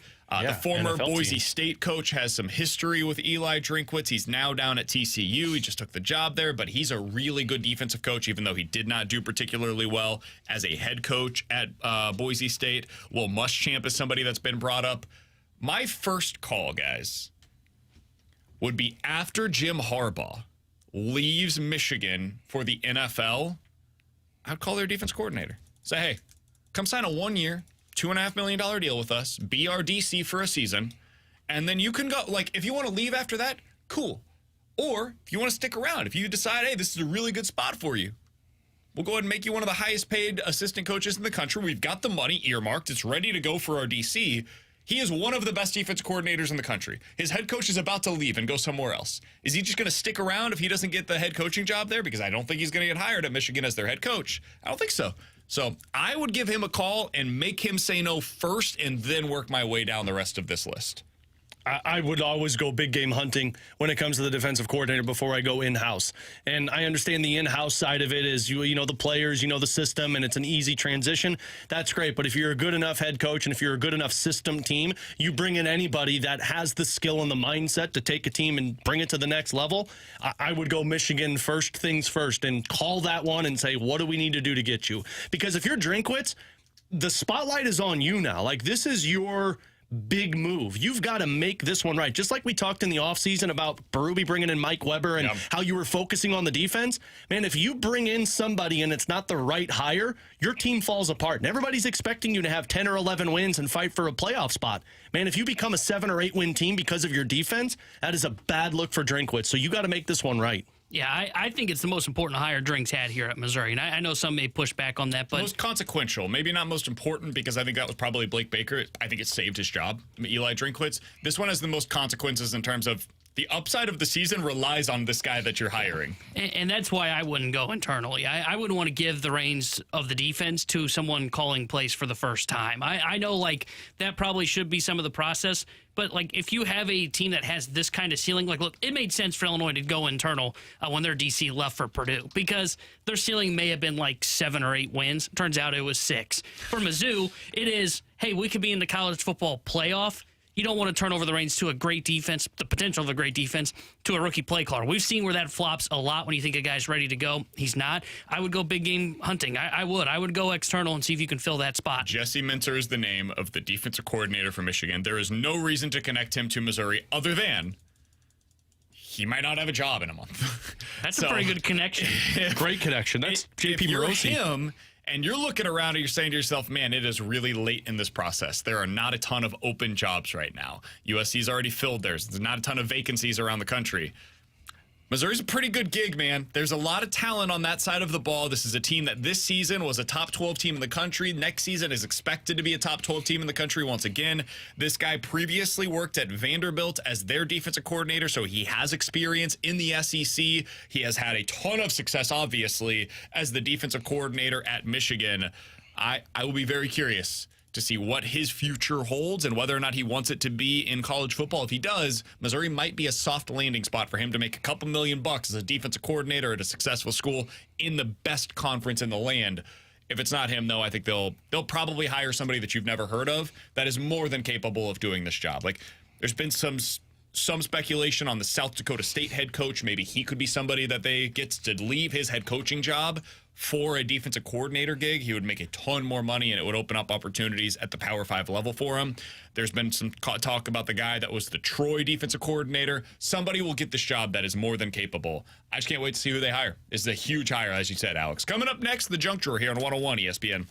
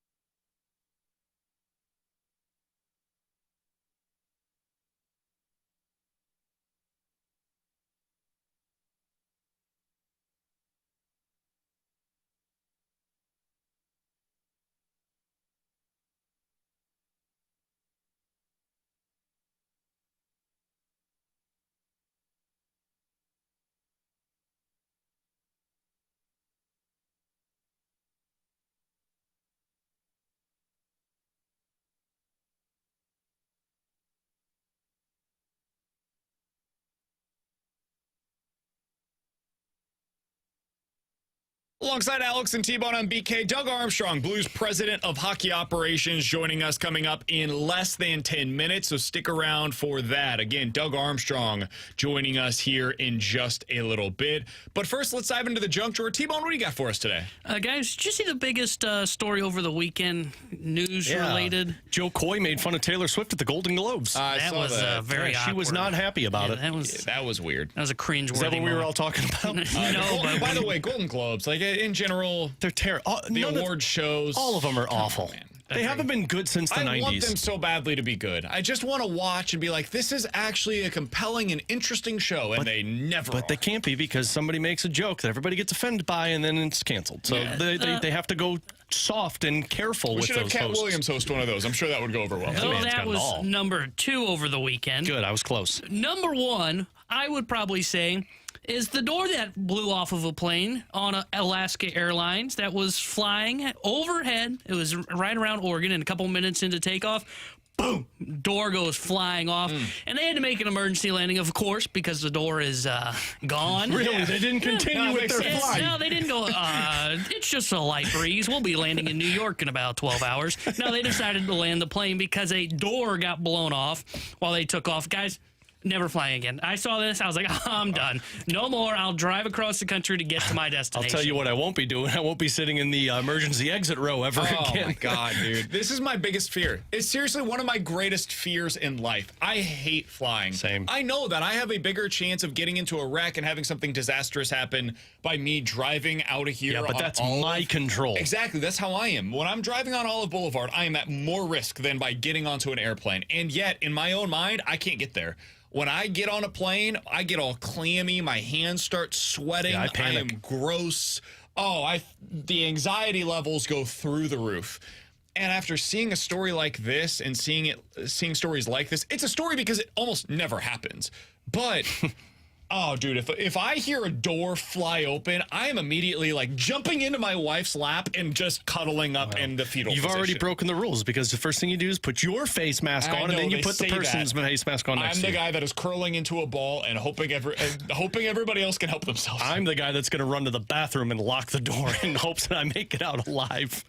I don't like planes. The only time I fly is like I prefer to drive over flying no matter what. But this type of story, yeah, I panic every single time I get on an airplane. Aren't you flying next week?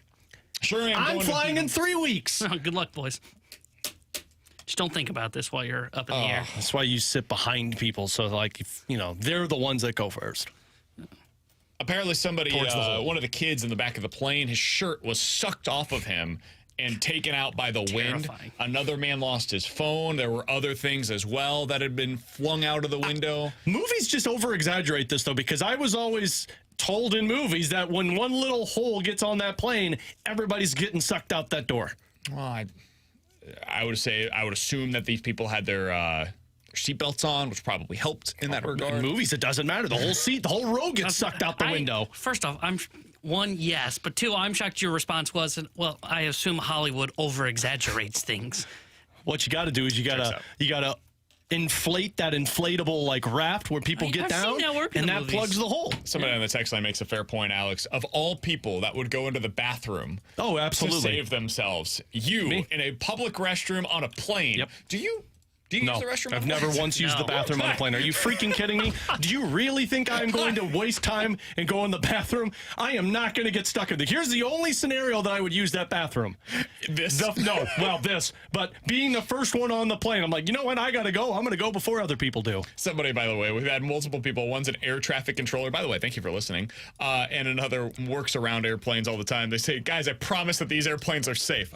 Yeah, okay, sure. More often than not, I understand that. But again, it Psychological. doesn't make any sense. But psychologically speaking, for me, when I see stories like this, it freaks me out. Coming up next, I'm not freaked out by the fact that Doug Armstrong is in control of the St. Louis Blues. How'd you feel about that tease? 2 out of 10. He's going to join us to be better than we were next here on 101 ESPN.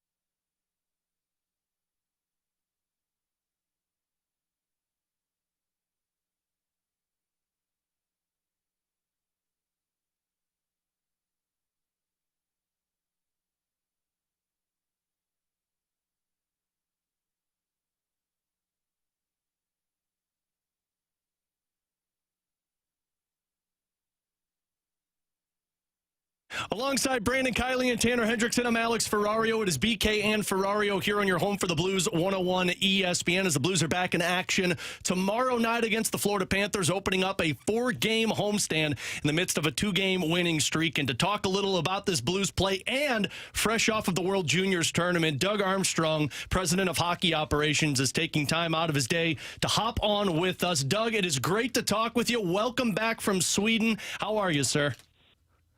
I'm very good. Thank you very much. Happy New Year. Happy New Year to you as well. So let's just talk. How was this World Juniors tournament for you and the experience of watching 7 Blues prospects not only play in it, but seem to be the headliners in their games?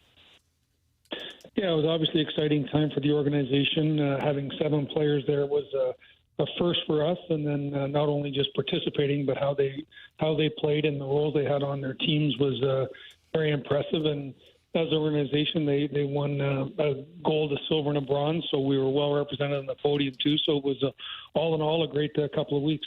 Are you planning on taking up residency in Sweden at this point? I mean, between the number of players that you guys have drafted from there, your opportunities to go over there, it feels like you're just going to go ahead and hang out over there with Alex Steen more often.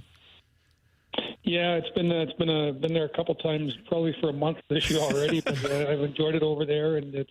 You go where the prospects are, and right now we have quite a few in Sweden, and it's always great to get over there, to meet their families and spend time with them, and it's a great building relationship mechanism for us. Side thought, your air miles have to just be ridiculous at the end of each season, Doug. Yeah, that is one of the perks. I did that Marriott points. I get a nice vacation every once in a The while. wife and kids will make sure to take those up for you. We're talking to Doug Armstrong, Blues president of hockey operations here on 101 ESPN. Doug, the headliner from this tournament, of course, was Jimmy Snuggerud and the performance that we saw out of him. I know he got sick midway through, worked his way back up, though, to the top line. What did you see that stuck out to you about Jimmy Snuggerud from this performance, but also really what we've seen from him this year in college as well? Well, it's just that he's got an NHL shot today. He scores from distance. He had one in the in the quarterfinal game, I think it was, just under the bar and in on a power play, and just changed the momentum of the game. And he's just a very gifted offensive player, and someone I think is going to be in the NHL sooner than later, and a really good pick by our staff at that area. And our amateur staff has done a really good job, led by Tony Feltrin, and to see these guys go play back-to-back World Juniors and see what he did last year at the University of Minnesota playing with Cooley and Knives, and then again this year he's a top young player, and but what does stick out is certainly his release and his shot. Doug, you mentioned that you feel like that plays into the NHL today, and I know it's down the road, but how does that thought process go with the front office staff of deciding if Snuggerud's ready for the NHL at the end of his college season, or if it feels like it might need a little bit more growth? Well, we're going to sit with his family and Jimmy at that time and find out what he thinks is best for him. He saw this. He's seen the success that Knives and Cooley have had in the NHL already, and we think he's very close to being ready. But again, we don't have to worry about that until the end of the season. And again, we're in it for the long haul. We're in it for the marathon, and we're going to make the decision that's not going to make him a great player in 24, 25, but in 30, 31. And that's it's hard to believe that you think that far ahead, but that's what you have to do is what's going to make these guys have long careers, and a long career started with a good foundation, and what we want to do is make sure we're building that foundation with them. Does burning a year of that eligibility with the entry-level contract, if he does play at the end of the season, come into consideration at all?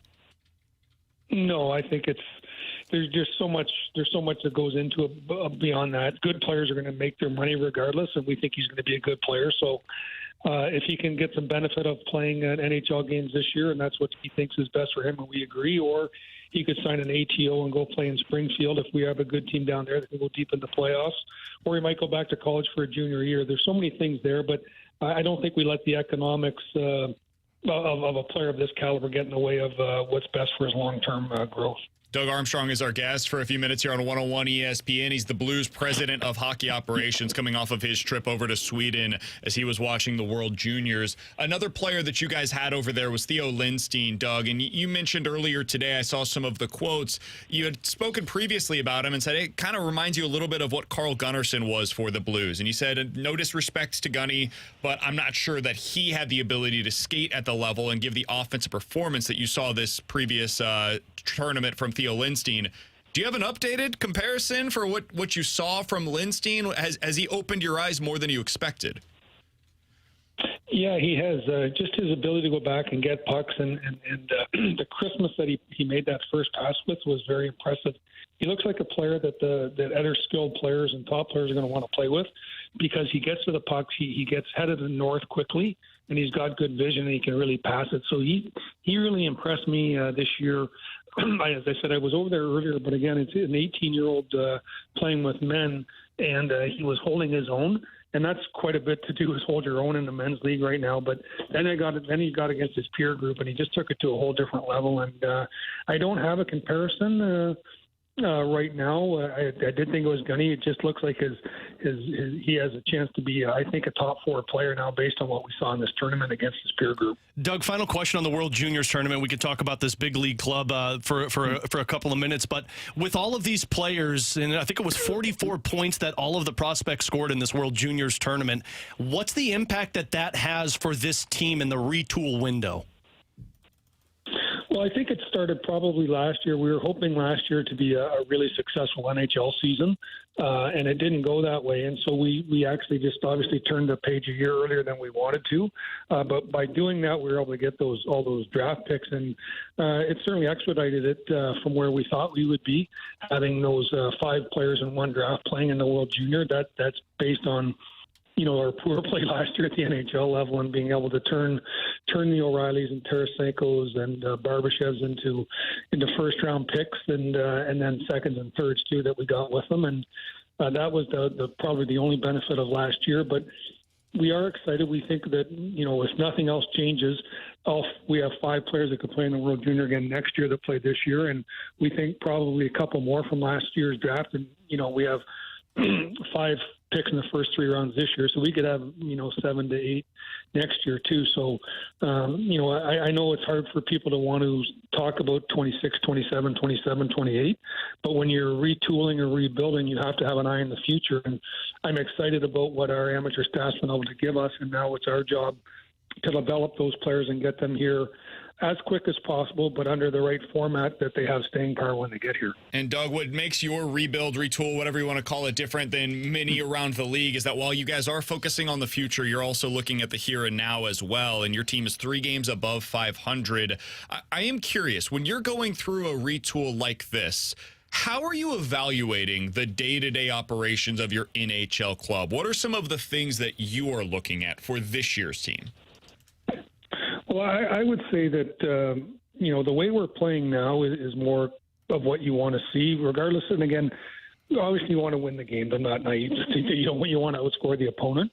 But what we want to see is a consistent play. And right now, the last 5 or 6 games, you see us, we're around the 30 shots given up every night, which is a good number. You can live within that number. What was happening earlier for us is we were feast or famine, giving up 40, 45 shots and relying on great goaltenders to outscore teams. And right now we're playing a much more balanced game. And one of the things that we talked about earlier is that your ceiling is as high as you hope it can be, but what you want to do, or what good organizations do, is have their floor closer to their ceiling.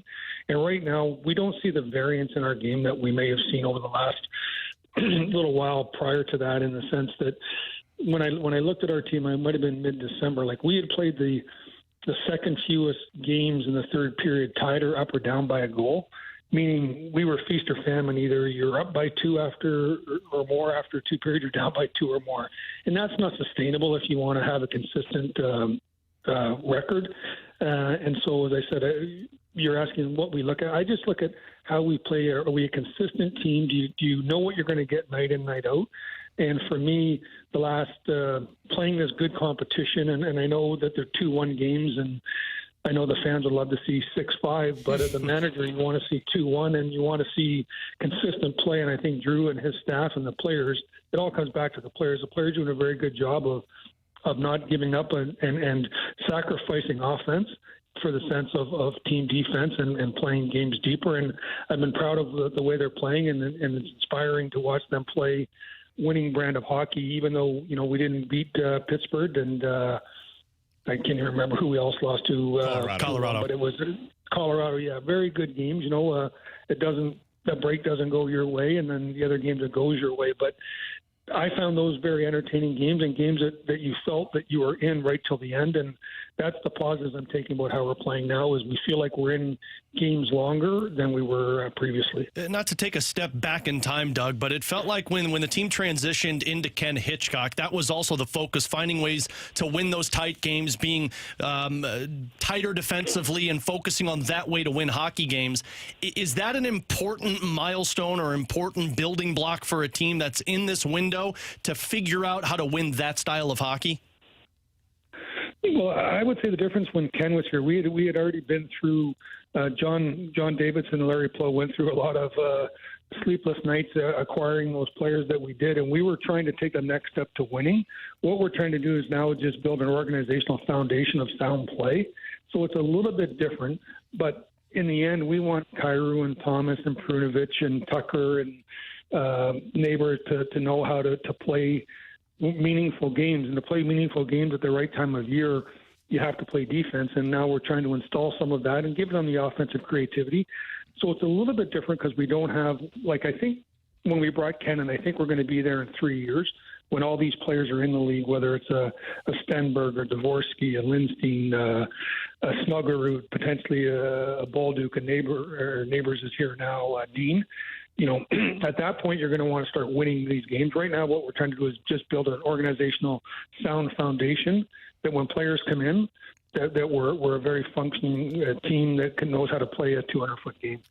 We're talking for just another minute or two here with Doug Armstrong, Blues president of hockey operations.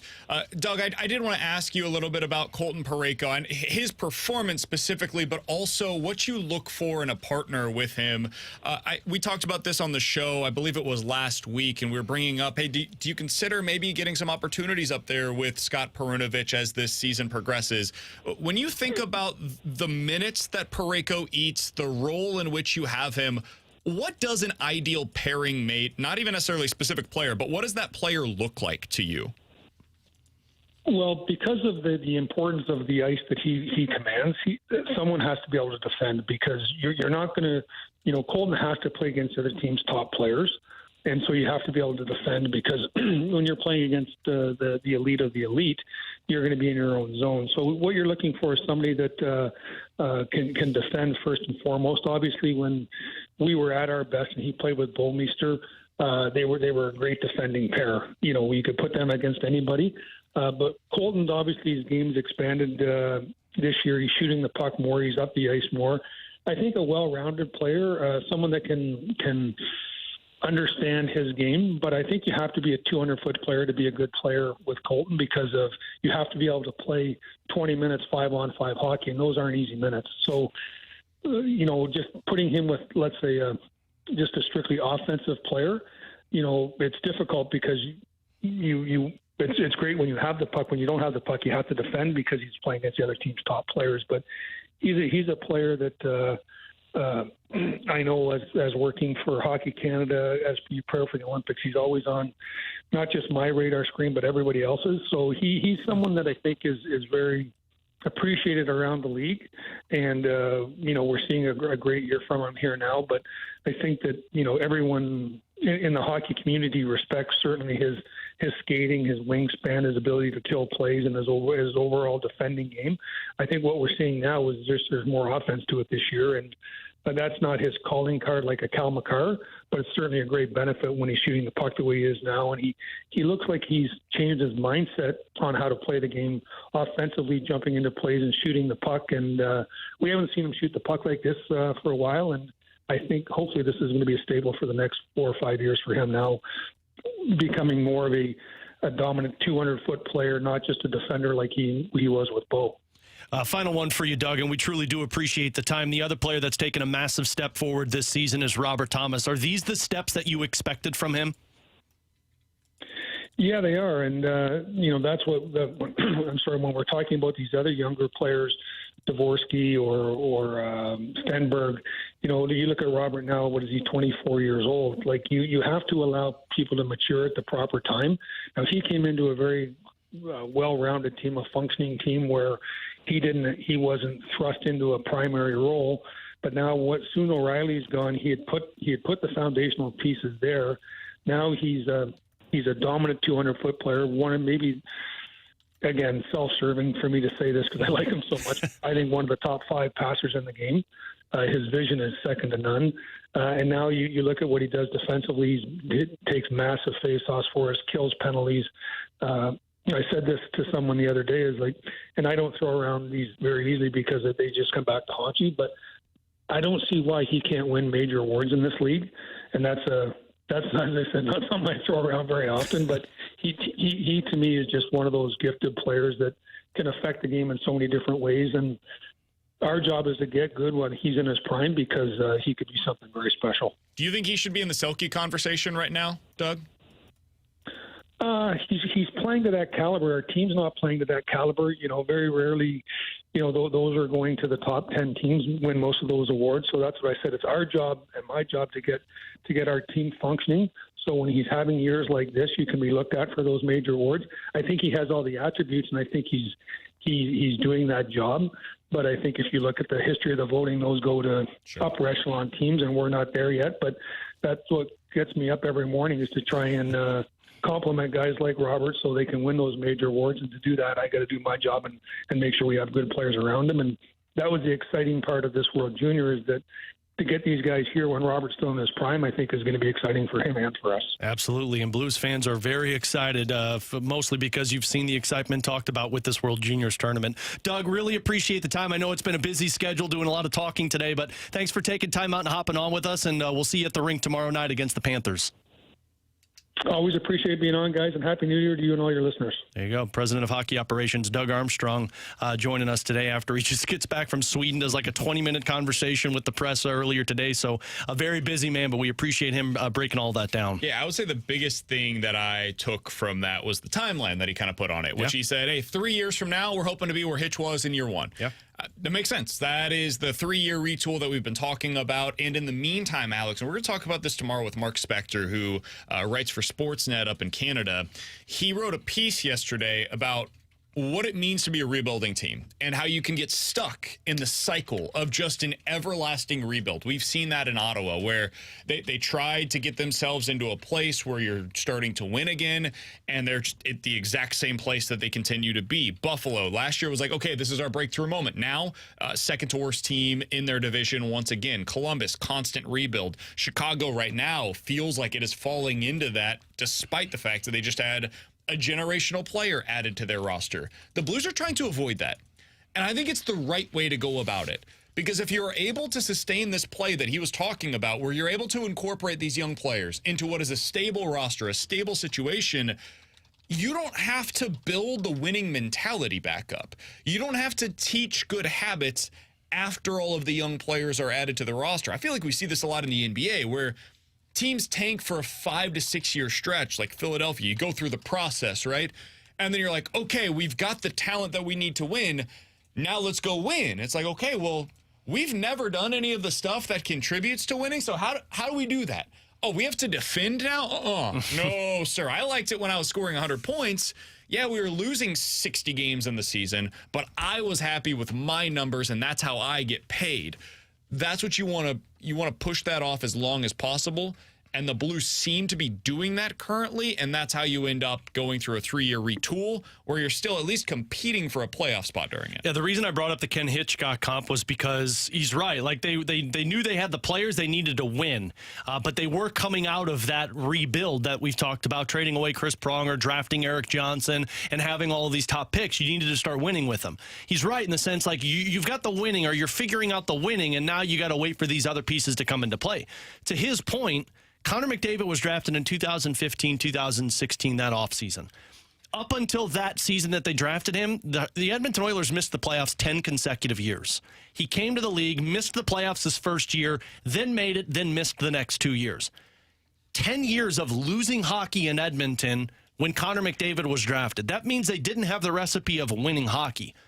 What you're trying to accomplish is when Snuggerud steps onto that ice with the Blues, when Dvorsky's here, when Stenberg's here, when Lindstein's here, and when you've got all of these pieces coming up, the Blues know how to win. That's the importance of winning 2-1 hockey games right now, 4-3 games. Those players don't step into a group that's like, well, we've been bad for 10 years. Maybe you'll make it better. They step in and say, hey, we're starting to build something towards winning. How do you impact that? You want guys that still hate losing. Yeah. Because when you're in a place like Chicago where you're 12, 26, and 2 on the season, the losses stop hurting. Well, and everybody hates losing, but what do you do about it when you lose? I don't know that people in Chicago right now are hating the losing the way that, like, it becomes numb. Yeah. Eventually, you just say, yeah, the losses don't matter to us. San Jose, do you think it matters to them when they lose right now? They've lost of their 40 games this season 28 times in regulation. Eventually, you get to a place where you're like, hey, just, like, you go to the rink expecting to lose. And if you fall into that mindset, it's really hard to get yourself out of it, man. Really hard. I'm a Royals fan. I've seen a lot of teams that go into the season and they know we're losing 100 games this season. And so you know what? Losses can't hurt me. T-Bone's an Illinois fan. They can't hurt you after a while. The Blues are not at that place right now. The losses still hurt as a Blues fan right now. And I hope that they continue to feel that way. This year with the Cardinals, by the end of the season, man, the losses didn't hurt. No. I felt nothing about any of those games when they were losing. Feel pain. So, like, that's what you want, is you want to make sure if the losses start hurting, if the losses no longer hurt you stop hurting. any longer, it's over. That's when you've lost your culture. That is when you've lost the ability to say that this is still a retool. If they still hurt at the end of the night when you come away with an L, that this is a retool. Yeah. Once that stops, you're in a rebuild. Yep. He's Alex Ferrario. That's Tanner Hendrickson. I'm Brandon Kiley. Huge thanks to the Blues for setting that up for us. Blues president of hockey operations, Doug Armstrong, coming out of the World Juniors. By the way, we should probably also mention this. Jimmy Snuggerud, from all accounts, the real deal. Oh, yeah. Like a legit top-line winger potential with the ability to come in and immediately factor into your top line. And I asked him that question because, that does, at least in my mind, I thought it played into it. Do you really want to burn a year of eligibility? And Doug said it.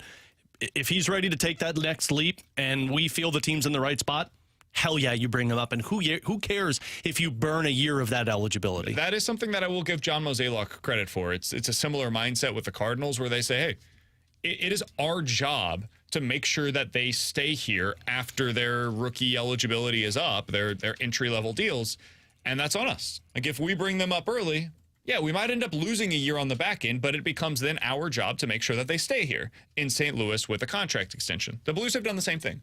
When those guys are up for those bridge deals, more often than not, they'll find a way to get that done. So if Jimmy Snuggerud comes up and he's the player they think he is, well, then they sign him to a long-term extension, and you make that work later on. All right, coming up next, 314-399-9646 is the Air Comfort Service text line. You give us a scenario. We will tell you if we are in or out here on 101 ESPN.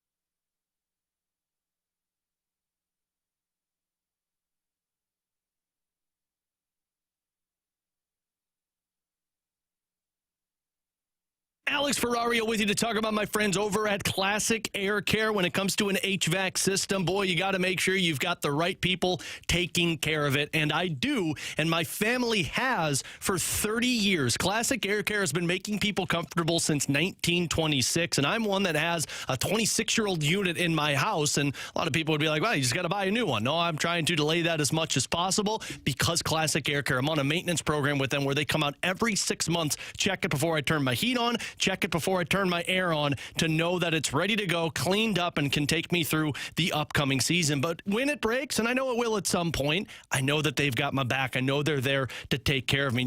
If you don't believe me, check out one of their many Google reviews, a 4.8 rating up on Google reviews. In my experience being a homeowner for over 50 years, Frank at Classic Air Care is the best, professional, informative, doesn't just care about your HVAC, he cares about you and your family. So go check them out, give them a call, classicaircare.com, and make sure you get the best with your HVAC system.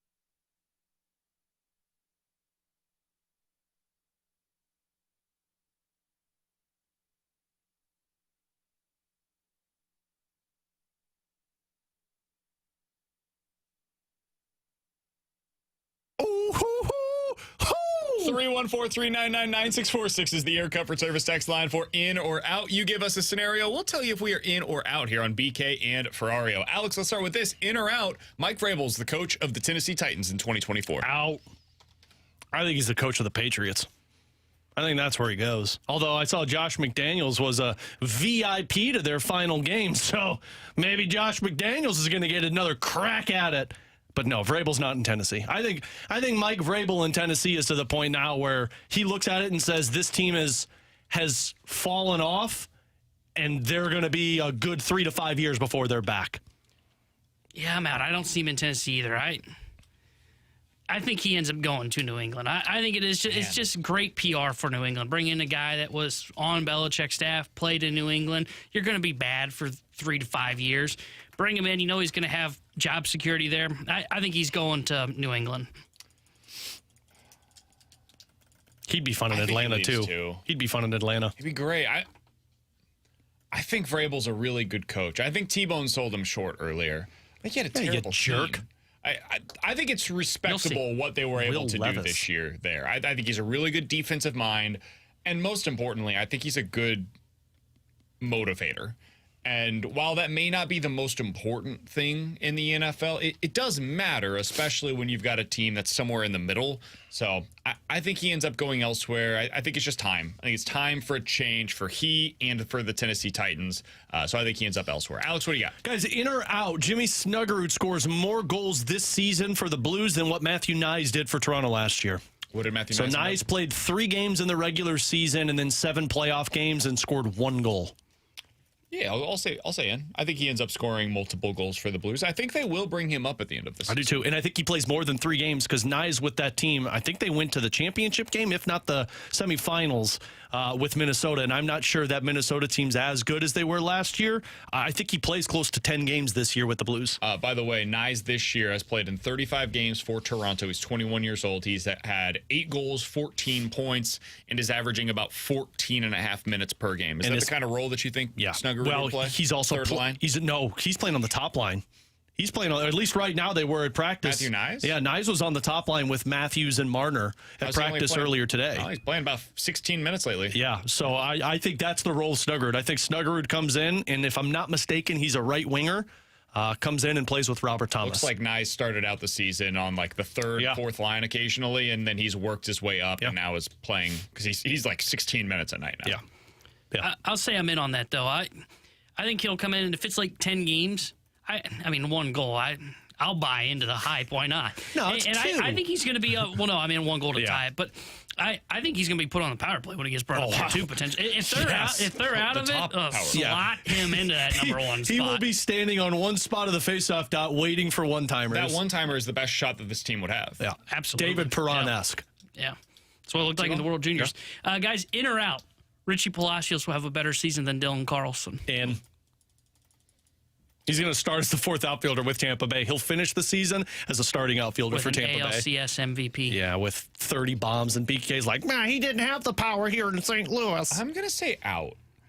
I think we got out over our skis a little bit with Richie Palacios. Richie Palacios had a really nice finish to the season. He did it in 30 games. In 30 games, he was really solid. I think that we will see a bit of a bounce back this season from Dylan Carlson. I'm not calling for him to be, an MVP candidate or something. 10 years by 100 mil. Can he have an OPS over 750? I think somewhere around there could totally be in play for Dylan Carlson this year, and I would take the under on Richie Palacios. This year, Richie Palacios in AAA for Cleveland had a 670 OPS, and then really found himself here with St. Louis. I think the overwhelming likelihood is Richie Palacios is a 4A player that ends up playing like 50 games this year for the Tampa Bay Rays. So I'm out. I think that Dylan Carlson will have a better year. He showed me more in 30 games than Carlson has in the last 204. I'm in. If Carlson can't hit right-handed pitching, he's not going to be able to top what I think Palacios does. And even if he does take a step back, Carlson over the last 2 years, 8% below league average, I could see where Palacios could kind of fit right in that area. I would say I'm in. 314-399-9646 is the Air Comfort Service text line for in or out. Guys, in or out, Derrick Henry, is a Dallas Cowboy next year. In. It's such or a New York Jet. Oh, that's fun. Aaron Rodgers will be like, we'll take him with Breece Hall. How many players, non-quarterback, are more synonymous with their team than Derrick Henry is with the Titans? Non-quarterback related. Can it be a coach? Because I was going to say Belichick with the Patriots. I would say player, but sure, that's a fair one. I think Tyreek is with the Dolphins. Yeah. That's fair.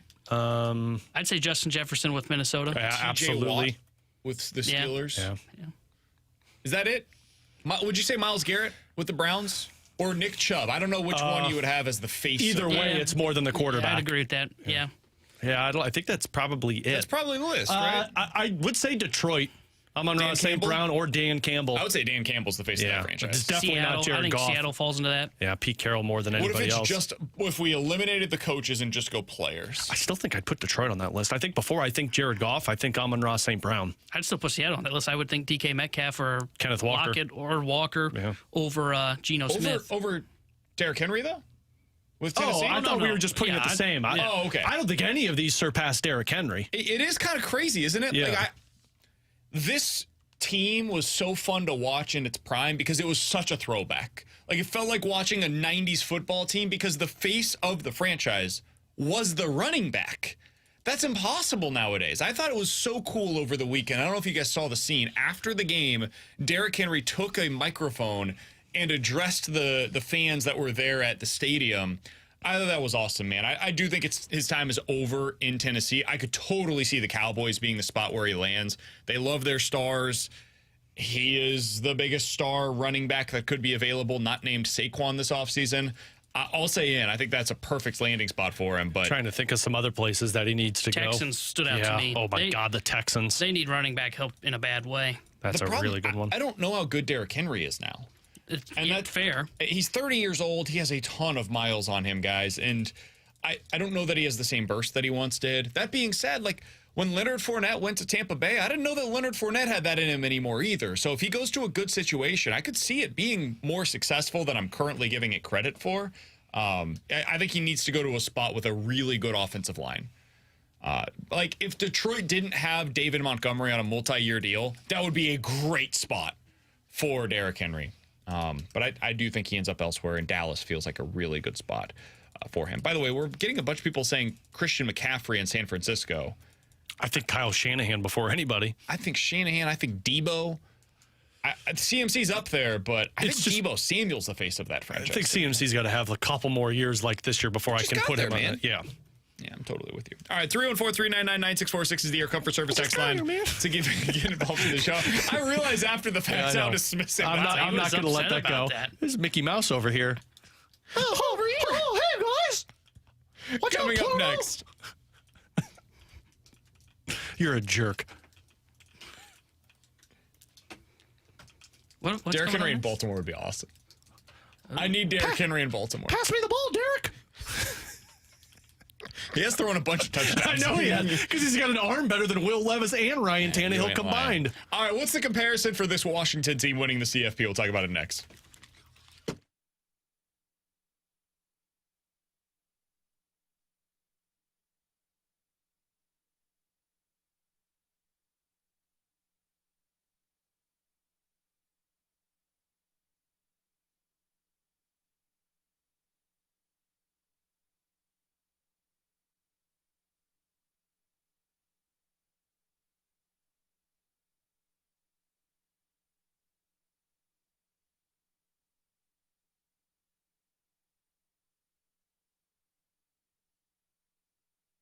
Hey, it's BK, and I've got some exciting news for all the men out there. Victory Men's Health has launched a new telehealth site. This is called Victory RX. You can go there at victoryrx.com. That's victoryrx.com.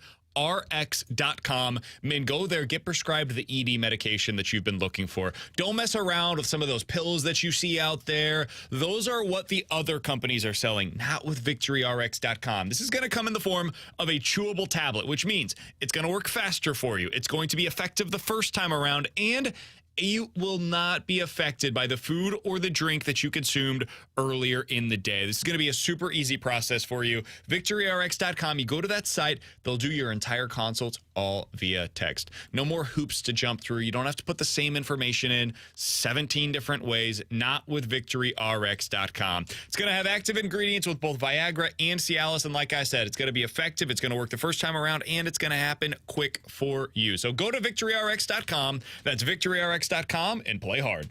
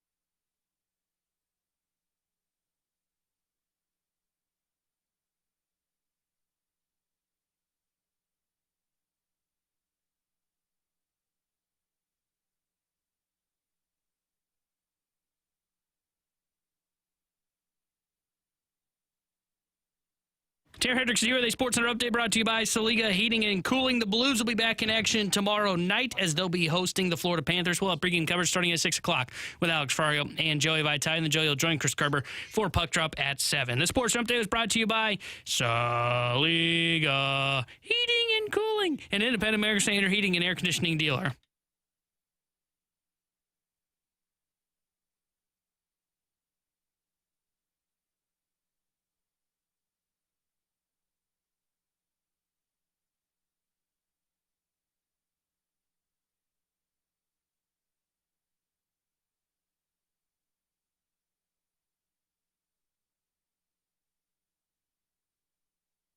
So what's the comparison for Washington winning the national championship? Alongside Alex and T-Bone on BK. Alex, we went through this earlier today, the recent national champions. Now, we can agree or disagree or have a conversation about whether or not, Florida State, Clemson, if they're quote-unquote blue bloods of the bluest of degrees in college football. But they're nationally prominent programs in a way that, let's be honest, man, Washington has not been in about 30 years. It's been, I think, since the last time that Washington won the college football national championship that we saw a program similar to this Washington team that just like came out of nowhere seemingly and was basically from day one the best team in college football. Are you rooting for that? Yeah. Do you like this story that we could potentially get? Because it is different. It is something that is new to college football. It'd be like if TCU actually ended up going to and winning it last year. And that's the comp that I was going to use. I was rooting for TCU last year because I wanted to see that. I thought TCU was the team that had all of the offense. They had the making. They didn't have a quarterback the way that Michael Penix Jr. is. Like their quarterback was like the gritty, going to run the ball every chance I get, to win the football game. But that's the comp that I was going to go with there. And I do love this. I think it's fun when you have one team that everybody is the clear-cut winner saying, well, Michigan's going to walk all over this Washington team. Washington doesn't even deserve to be in this spot. Where people keep forgetting Washington was an awesome team from start to finish. They have not lost yet this year. I love these types of games. And frankly, I am rooting for Washington because I want to see that type of upset where people are like, how did this happen? Yeah, I'm definitely rooting for Washington because I do love the non-blue blood that gets to the college football playoff because it just feels new. It's fresher. Like the college football playoff for the years you had, what was it, 3 years in a row where you had Alabama taking on Clemson. Like, okay, sure, it's kind of fun story, but over time it's just like, all right, I'm tired of seeing Clemson. I'm tired of seeing Alabama. I'm tired of seeing them just roll through the competition. So to see that a program like Washington in the dead Pac-12 can build up a program and go through a whatever you want to call their winning window, I'd say 2 years. I'd date it back to last year, and we'll see what happens after this season. It shows a lot of hope for all the other schools that are not blue bloods. It shows hope for the Missouri Tigers that, hey, look, Washington can do this. Why can't we have like a 2-3 year window where we can maybe go on a run in the college football playoffs? So I think this is definitely the best case scenario for college football is to have a non-blue blood get to the championship in back-to-back years, and hopefully this year you can see them pull off that upset. 11 teams have won the national championship over the last 22 years. 11 different programs in the 22-year stretch. LSU, USC, Texas, Florida, Bama, Auburn, Florida State, Ohio State, Clemson, and Georgia. None of those teams are similar in any way to Washington. So if they're able to pull this off, man, I think it would be one of the coolest stories that we've seen in the last 20 years in college football. It's also a sign things are changing in this sport. And I think that is a great thing for college football. The 12-team playoff coming, NIL, transfer portal, all of these different things. I think it's great that you get more fan bases that can go into the regular season and say to themselves, my team's got a shot. In previous iterations of college football, Alex, we used to just like pluck a team and we're like, that team's the national champion. Like the way that we used to determine the college football national champion is crazy. T-Bone, you weren't necessarily like alive and coherent when this happened. Like in the 90s, we'd basically get to the end of the year and be like, that team was the national champion this season. It'd be like the AP poll in determining who's the number one team. They're the national champion. We would have split champions where two teams, they shared the champion over the course of a season. In 2005, it was Utah who just like claimed the national title. They're like, like when UCF did it not that long ago. It's crazy. So we have come a long way in that regard. The sport is better for all of those different reasons. And now, if you're a fan of Missouri going into next season, you can reasonably hope our team's got a shot. And the team that can do that for you is somebody like Washington. So I'm rooting like hell for them tonight. I really do hope they win. I think they're going to, Alex. I do too. I have a fear that what I'm doing is like overcorrecting from what I kind of expected from them in the last game. I thought they were going to get beat by Oregon. I didn't think they were going to beat Texas. And now I might be overcorrecting and saying, okay, I was wrong on both of those. This time they're going to do it again because clearly they've proven to me they're better than I expected them to be. I just think since day one, they've been the best team in college football. And they've proven to us time and time again, they have different ways that they can win. And they have the best quarterback going right now with Michael Penix Jr. And I think they have the best coaching staff that remains in the college football playoff as well. So I love Washington tonight. I hope they win, and I think they're going to find a way to pull it out. That's the reason that I'm believing that they pull it off is because of the quarterback. I think when it gets down to this, the team with the best quarterback is going to prevail, and I believe Michael Penix Jr. is a top 10 eligible player in this upcoming draft, and I think he's going to prove it tonight against Michigan because if you put the ball in his hands on a final drive, I think he can drive this team down the field and do it. I think their offense is good enough to make life hard for Michigan's defense. And there have been very few offenses that have been able to do that this season. And I think their defense is fine. I think Michigan will score. I think Michigan's going to put up 24 to 27-ish points. And it becomes a question of, Can Washington get to 28 with this offense against that defense? Because that defense is legit, dude. It is really freaking good. And my answer is yes. But I can't wait. You said that you think that Michael Penix Jr. is a top 5 player in the draft. We're going to find out. Because against this defense, if he is what you're saying, he'll still find success with those receiver options that he has. 'Cause he's got 3 dudes that should go in the top 100 next year. If they are all what we think they're going to be, they'll put up 28 points and they'll have a real chance to win the national championship tonight. This is a massive game on so many different levels. But for their NFL hopes, Michael Penix Jr. has never played a bigger game of football in his entire life. This is the standing that he needs heading into the draft. Yeah, and I actually like Michigan going into this one because I don't think Washington's going to be able to stop the run, so they don't have to worry about putting it in J.J. McCarthy's hands. I think Corum's going to have a really big game. The thing that I'm having a tough time with Washington is I think this is the best college football offense we've seen since that LSU team that had Joe Burrow, and that team won the national championship. But I don't think they were going up against as good a defense as Washington's going to see tonight. That Clemson defense that they went up against, it was fine. It wasn't anything that was great to write home about.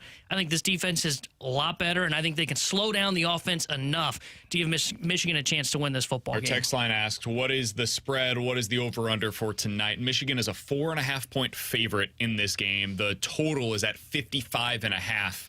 I would take Washington on the money line, obviously, given the fact that I think they're going to win outright. It's about plus 170-ish right now, so you can win decent money on the money line for Washington. And I probably would take the under slightly. I think that's about the right number, but I think I would go like 27 to 23-ish for Washington, and that would give you the under. So I'll take the under and Washington money line. What do you like there, Alex? I would take Washington in the points, and I think I'm taking the over. I think you're going to see a little bit of a shootout here, or you're going to see one team throwing the ball, and you're going to see the running game take off. Yeah, I don't have a great feel for the over-under, but I would take Michigan on the points. I think they win by a touchdown or more tonight. Do you think that tonight impacts Jim Harbaugh's future, or do you think he's gone regardless? I think he's gone regardless. I think he knows this is the last year for him. Yeah, that's where I'm at. I think he's gone after this game. I think so, too. I don't think Probably he wants to do it again coach. with a new quarterback. I think he saw it's really hard to win without a first-round caliber quarterback, and if you don't do it with J.J. McCarthy, it ain't happening. He's headed back to sunny California with the Chargers. I think he ends up in Vegas. I think that's going to be the dumbest move that they could make if you don't hire Pierce. That's why it makes sense. That's true, actually. It's the Raiders. This is the kind of thing that they would do. I think they would hire John Gruden if they could get away with a PR nightmare. You'd think with that awful haircut, you have, like, smarts. No.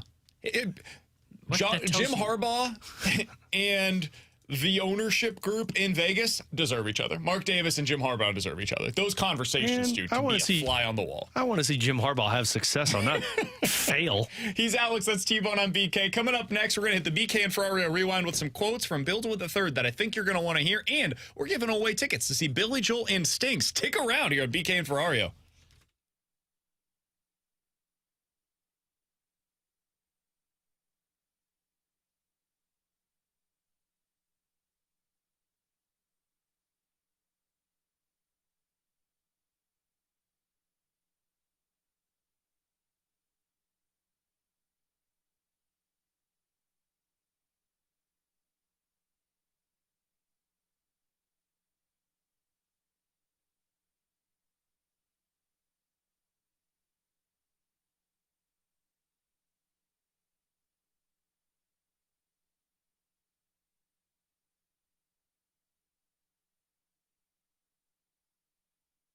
Alex Ferrario with you to talk about my dentist, 100 West Dental. It's the new year, which means it's the new you taking care of your teeth. And when it comes to the teeth, I'm sure you've been the type of person that has anxiety about going to the dentist, or maybe you just feel like, not that big of a deal. Well, I'll be the first one to tell you it is a big deal. And if you don't have the right dentist that's taking care of your overall health, the future health, the preventative health, well, then you're in a bad spot, because I had the dentist that just, open your mouth. Nope, no cavities. Good to go. Well, they missed a tumor and I lost 7 teeth. So get with the right dentist, and that is 100 West Dental. Dr. Pryor and his team have a brand new office off of Manchester, one of the most modern technologies you can ask for, and the patient experience is at the top. So get on out there and check out Dr. Pryor. And if you mention my name, Alex Ferrario, you could get $1,000 off on an Invisalign package. And they've got a digital scanner that can show you a simulation of what your mouth and teeth will look like when you use Invisalign. Invisalign. So mention my name, Alex Ferrario, and get $1,000 off of an Invisalign package. Schedule online, 100westdental.com. 100 West Dental. Get with the best at 100 West.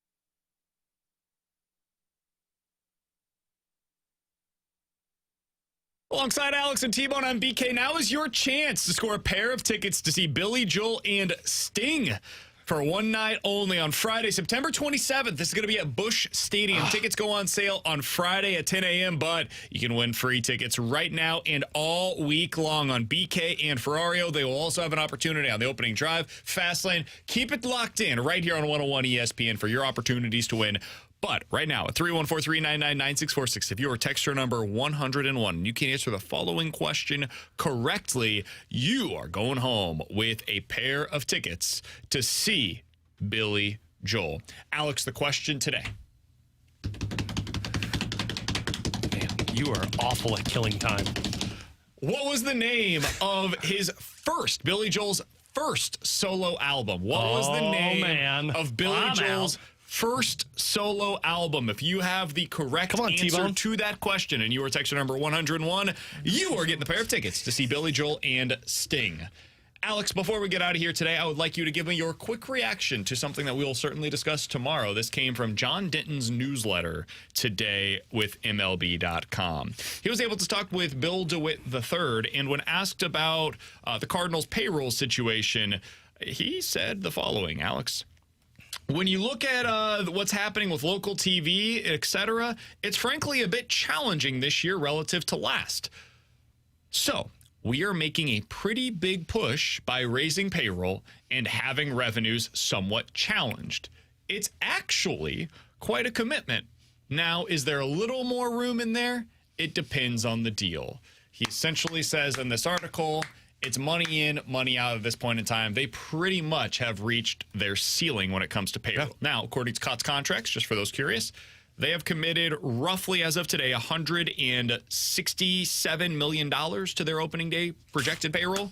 Man. They were at 176 on the opening day projected payroll last year. How's your reaction? We all should be thanking the DeWitts for making this personal commitment to commit $167 million while the rest of Major League Baseball commits like $400 million to their roster. Thank you. Yeah, thank you. Now, that's a little disheartening because there's still a lot needed to be done by the Cardinals front office. They've already made the major push, T-Bone. There's no more to do. As of today, they are, according to COTS contracts, 10th in Major League Baseball in projected opening day payroll. The Boston Red Sox right behind them. They are continuing to shed payroll at 11th. I'm sure the Fast Lane will discuss this further. How many teams coming make the up playoffs? later on today. Not enough. He's Alex, that's T-Bone, I'm BK. We'll discuss that article and so much more tomorrow here on 101 ESPN. Fastlane coming up here from 2 to 6 on 101 ESPN.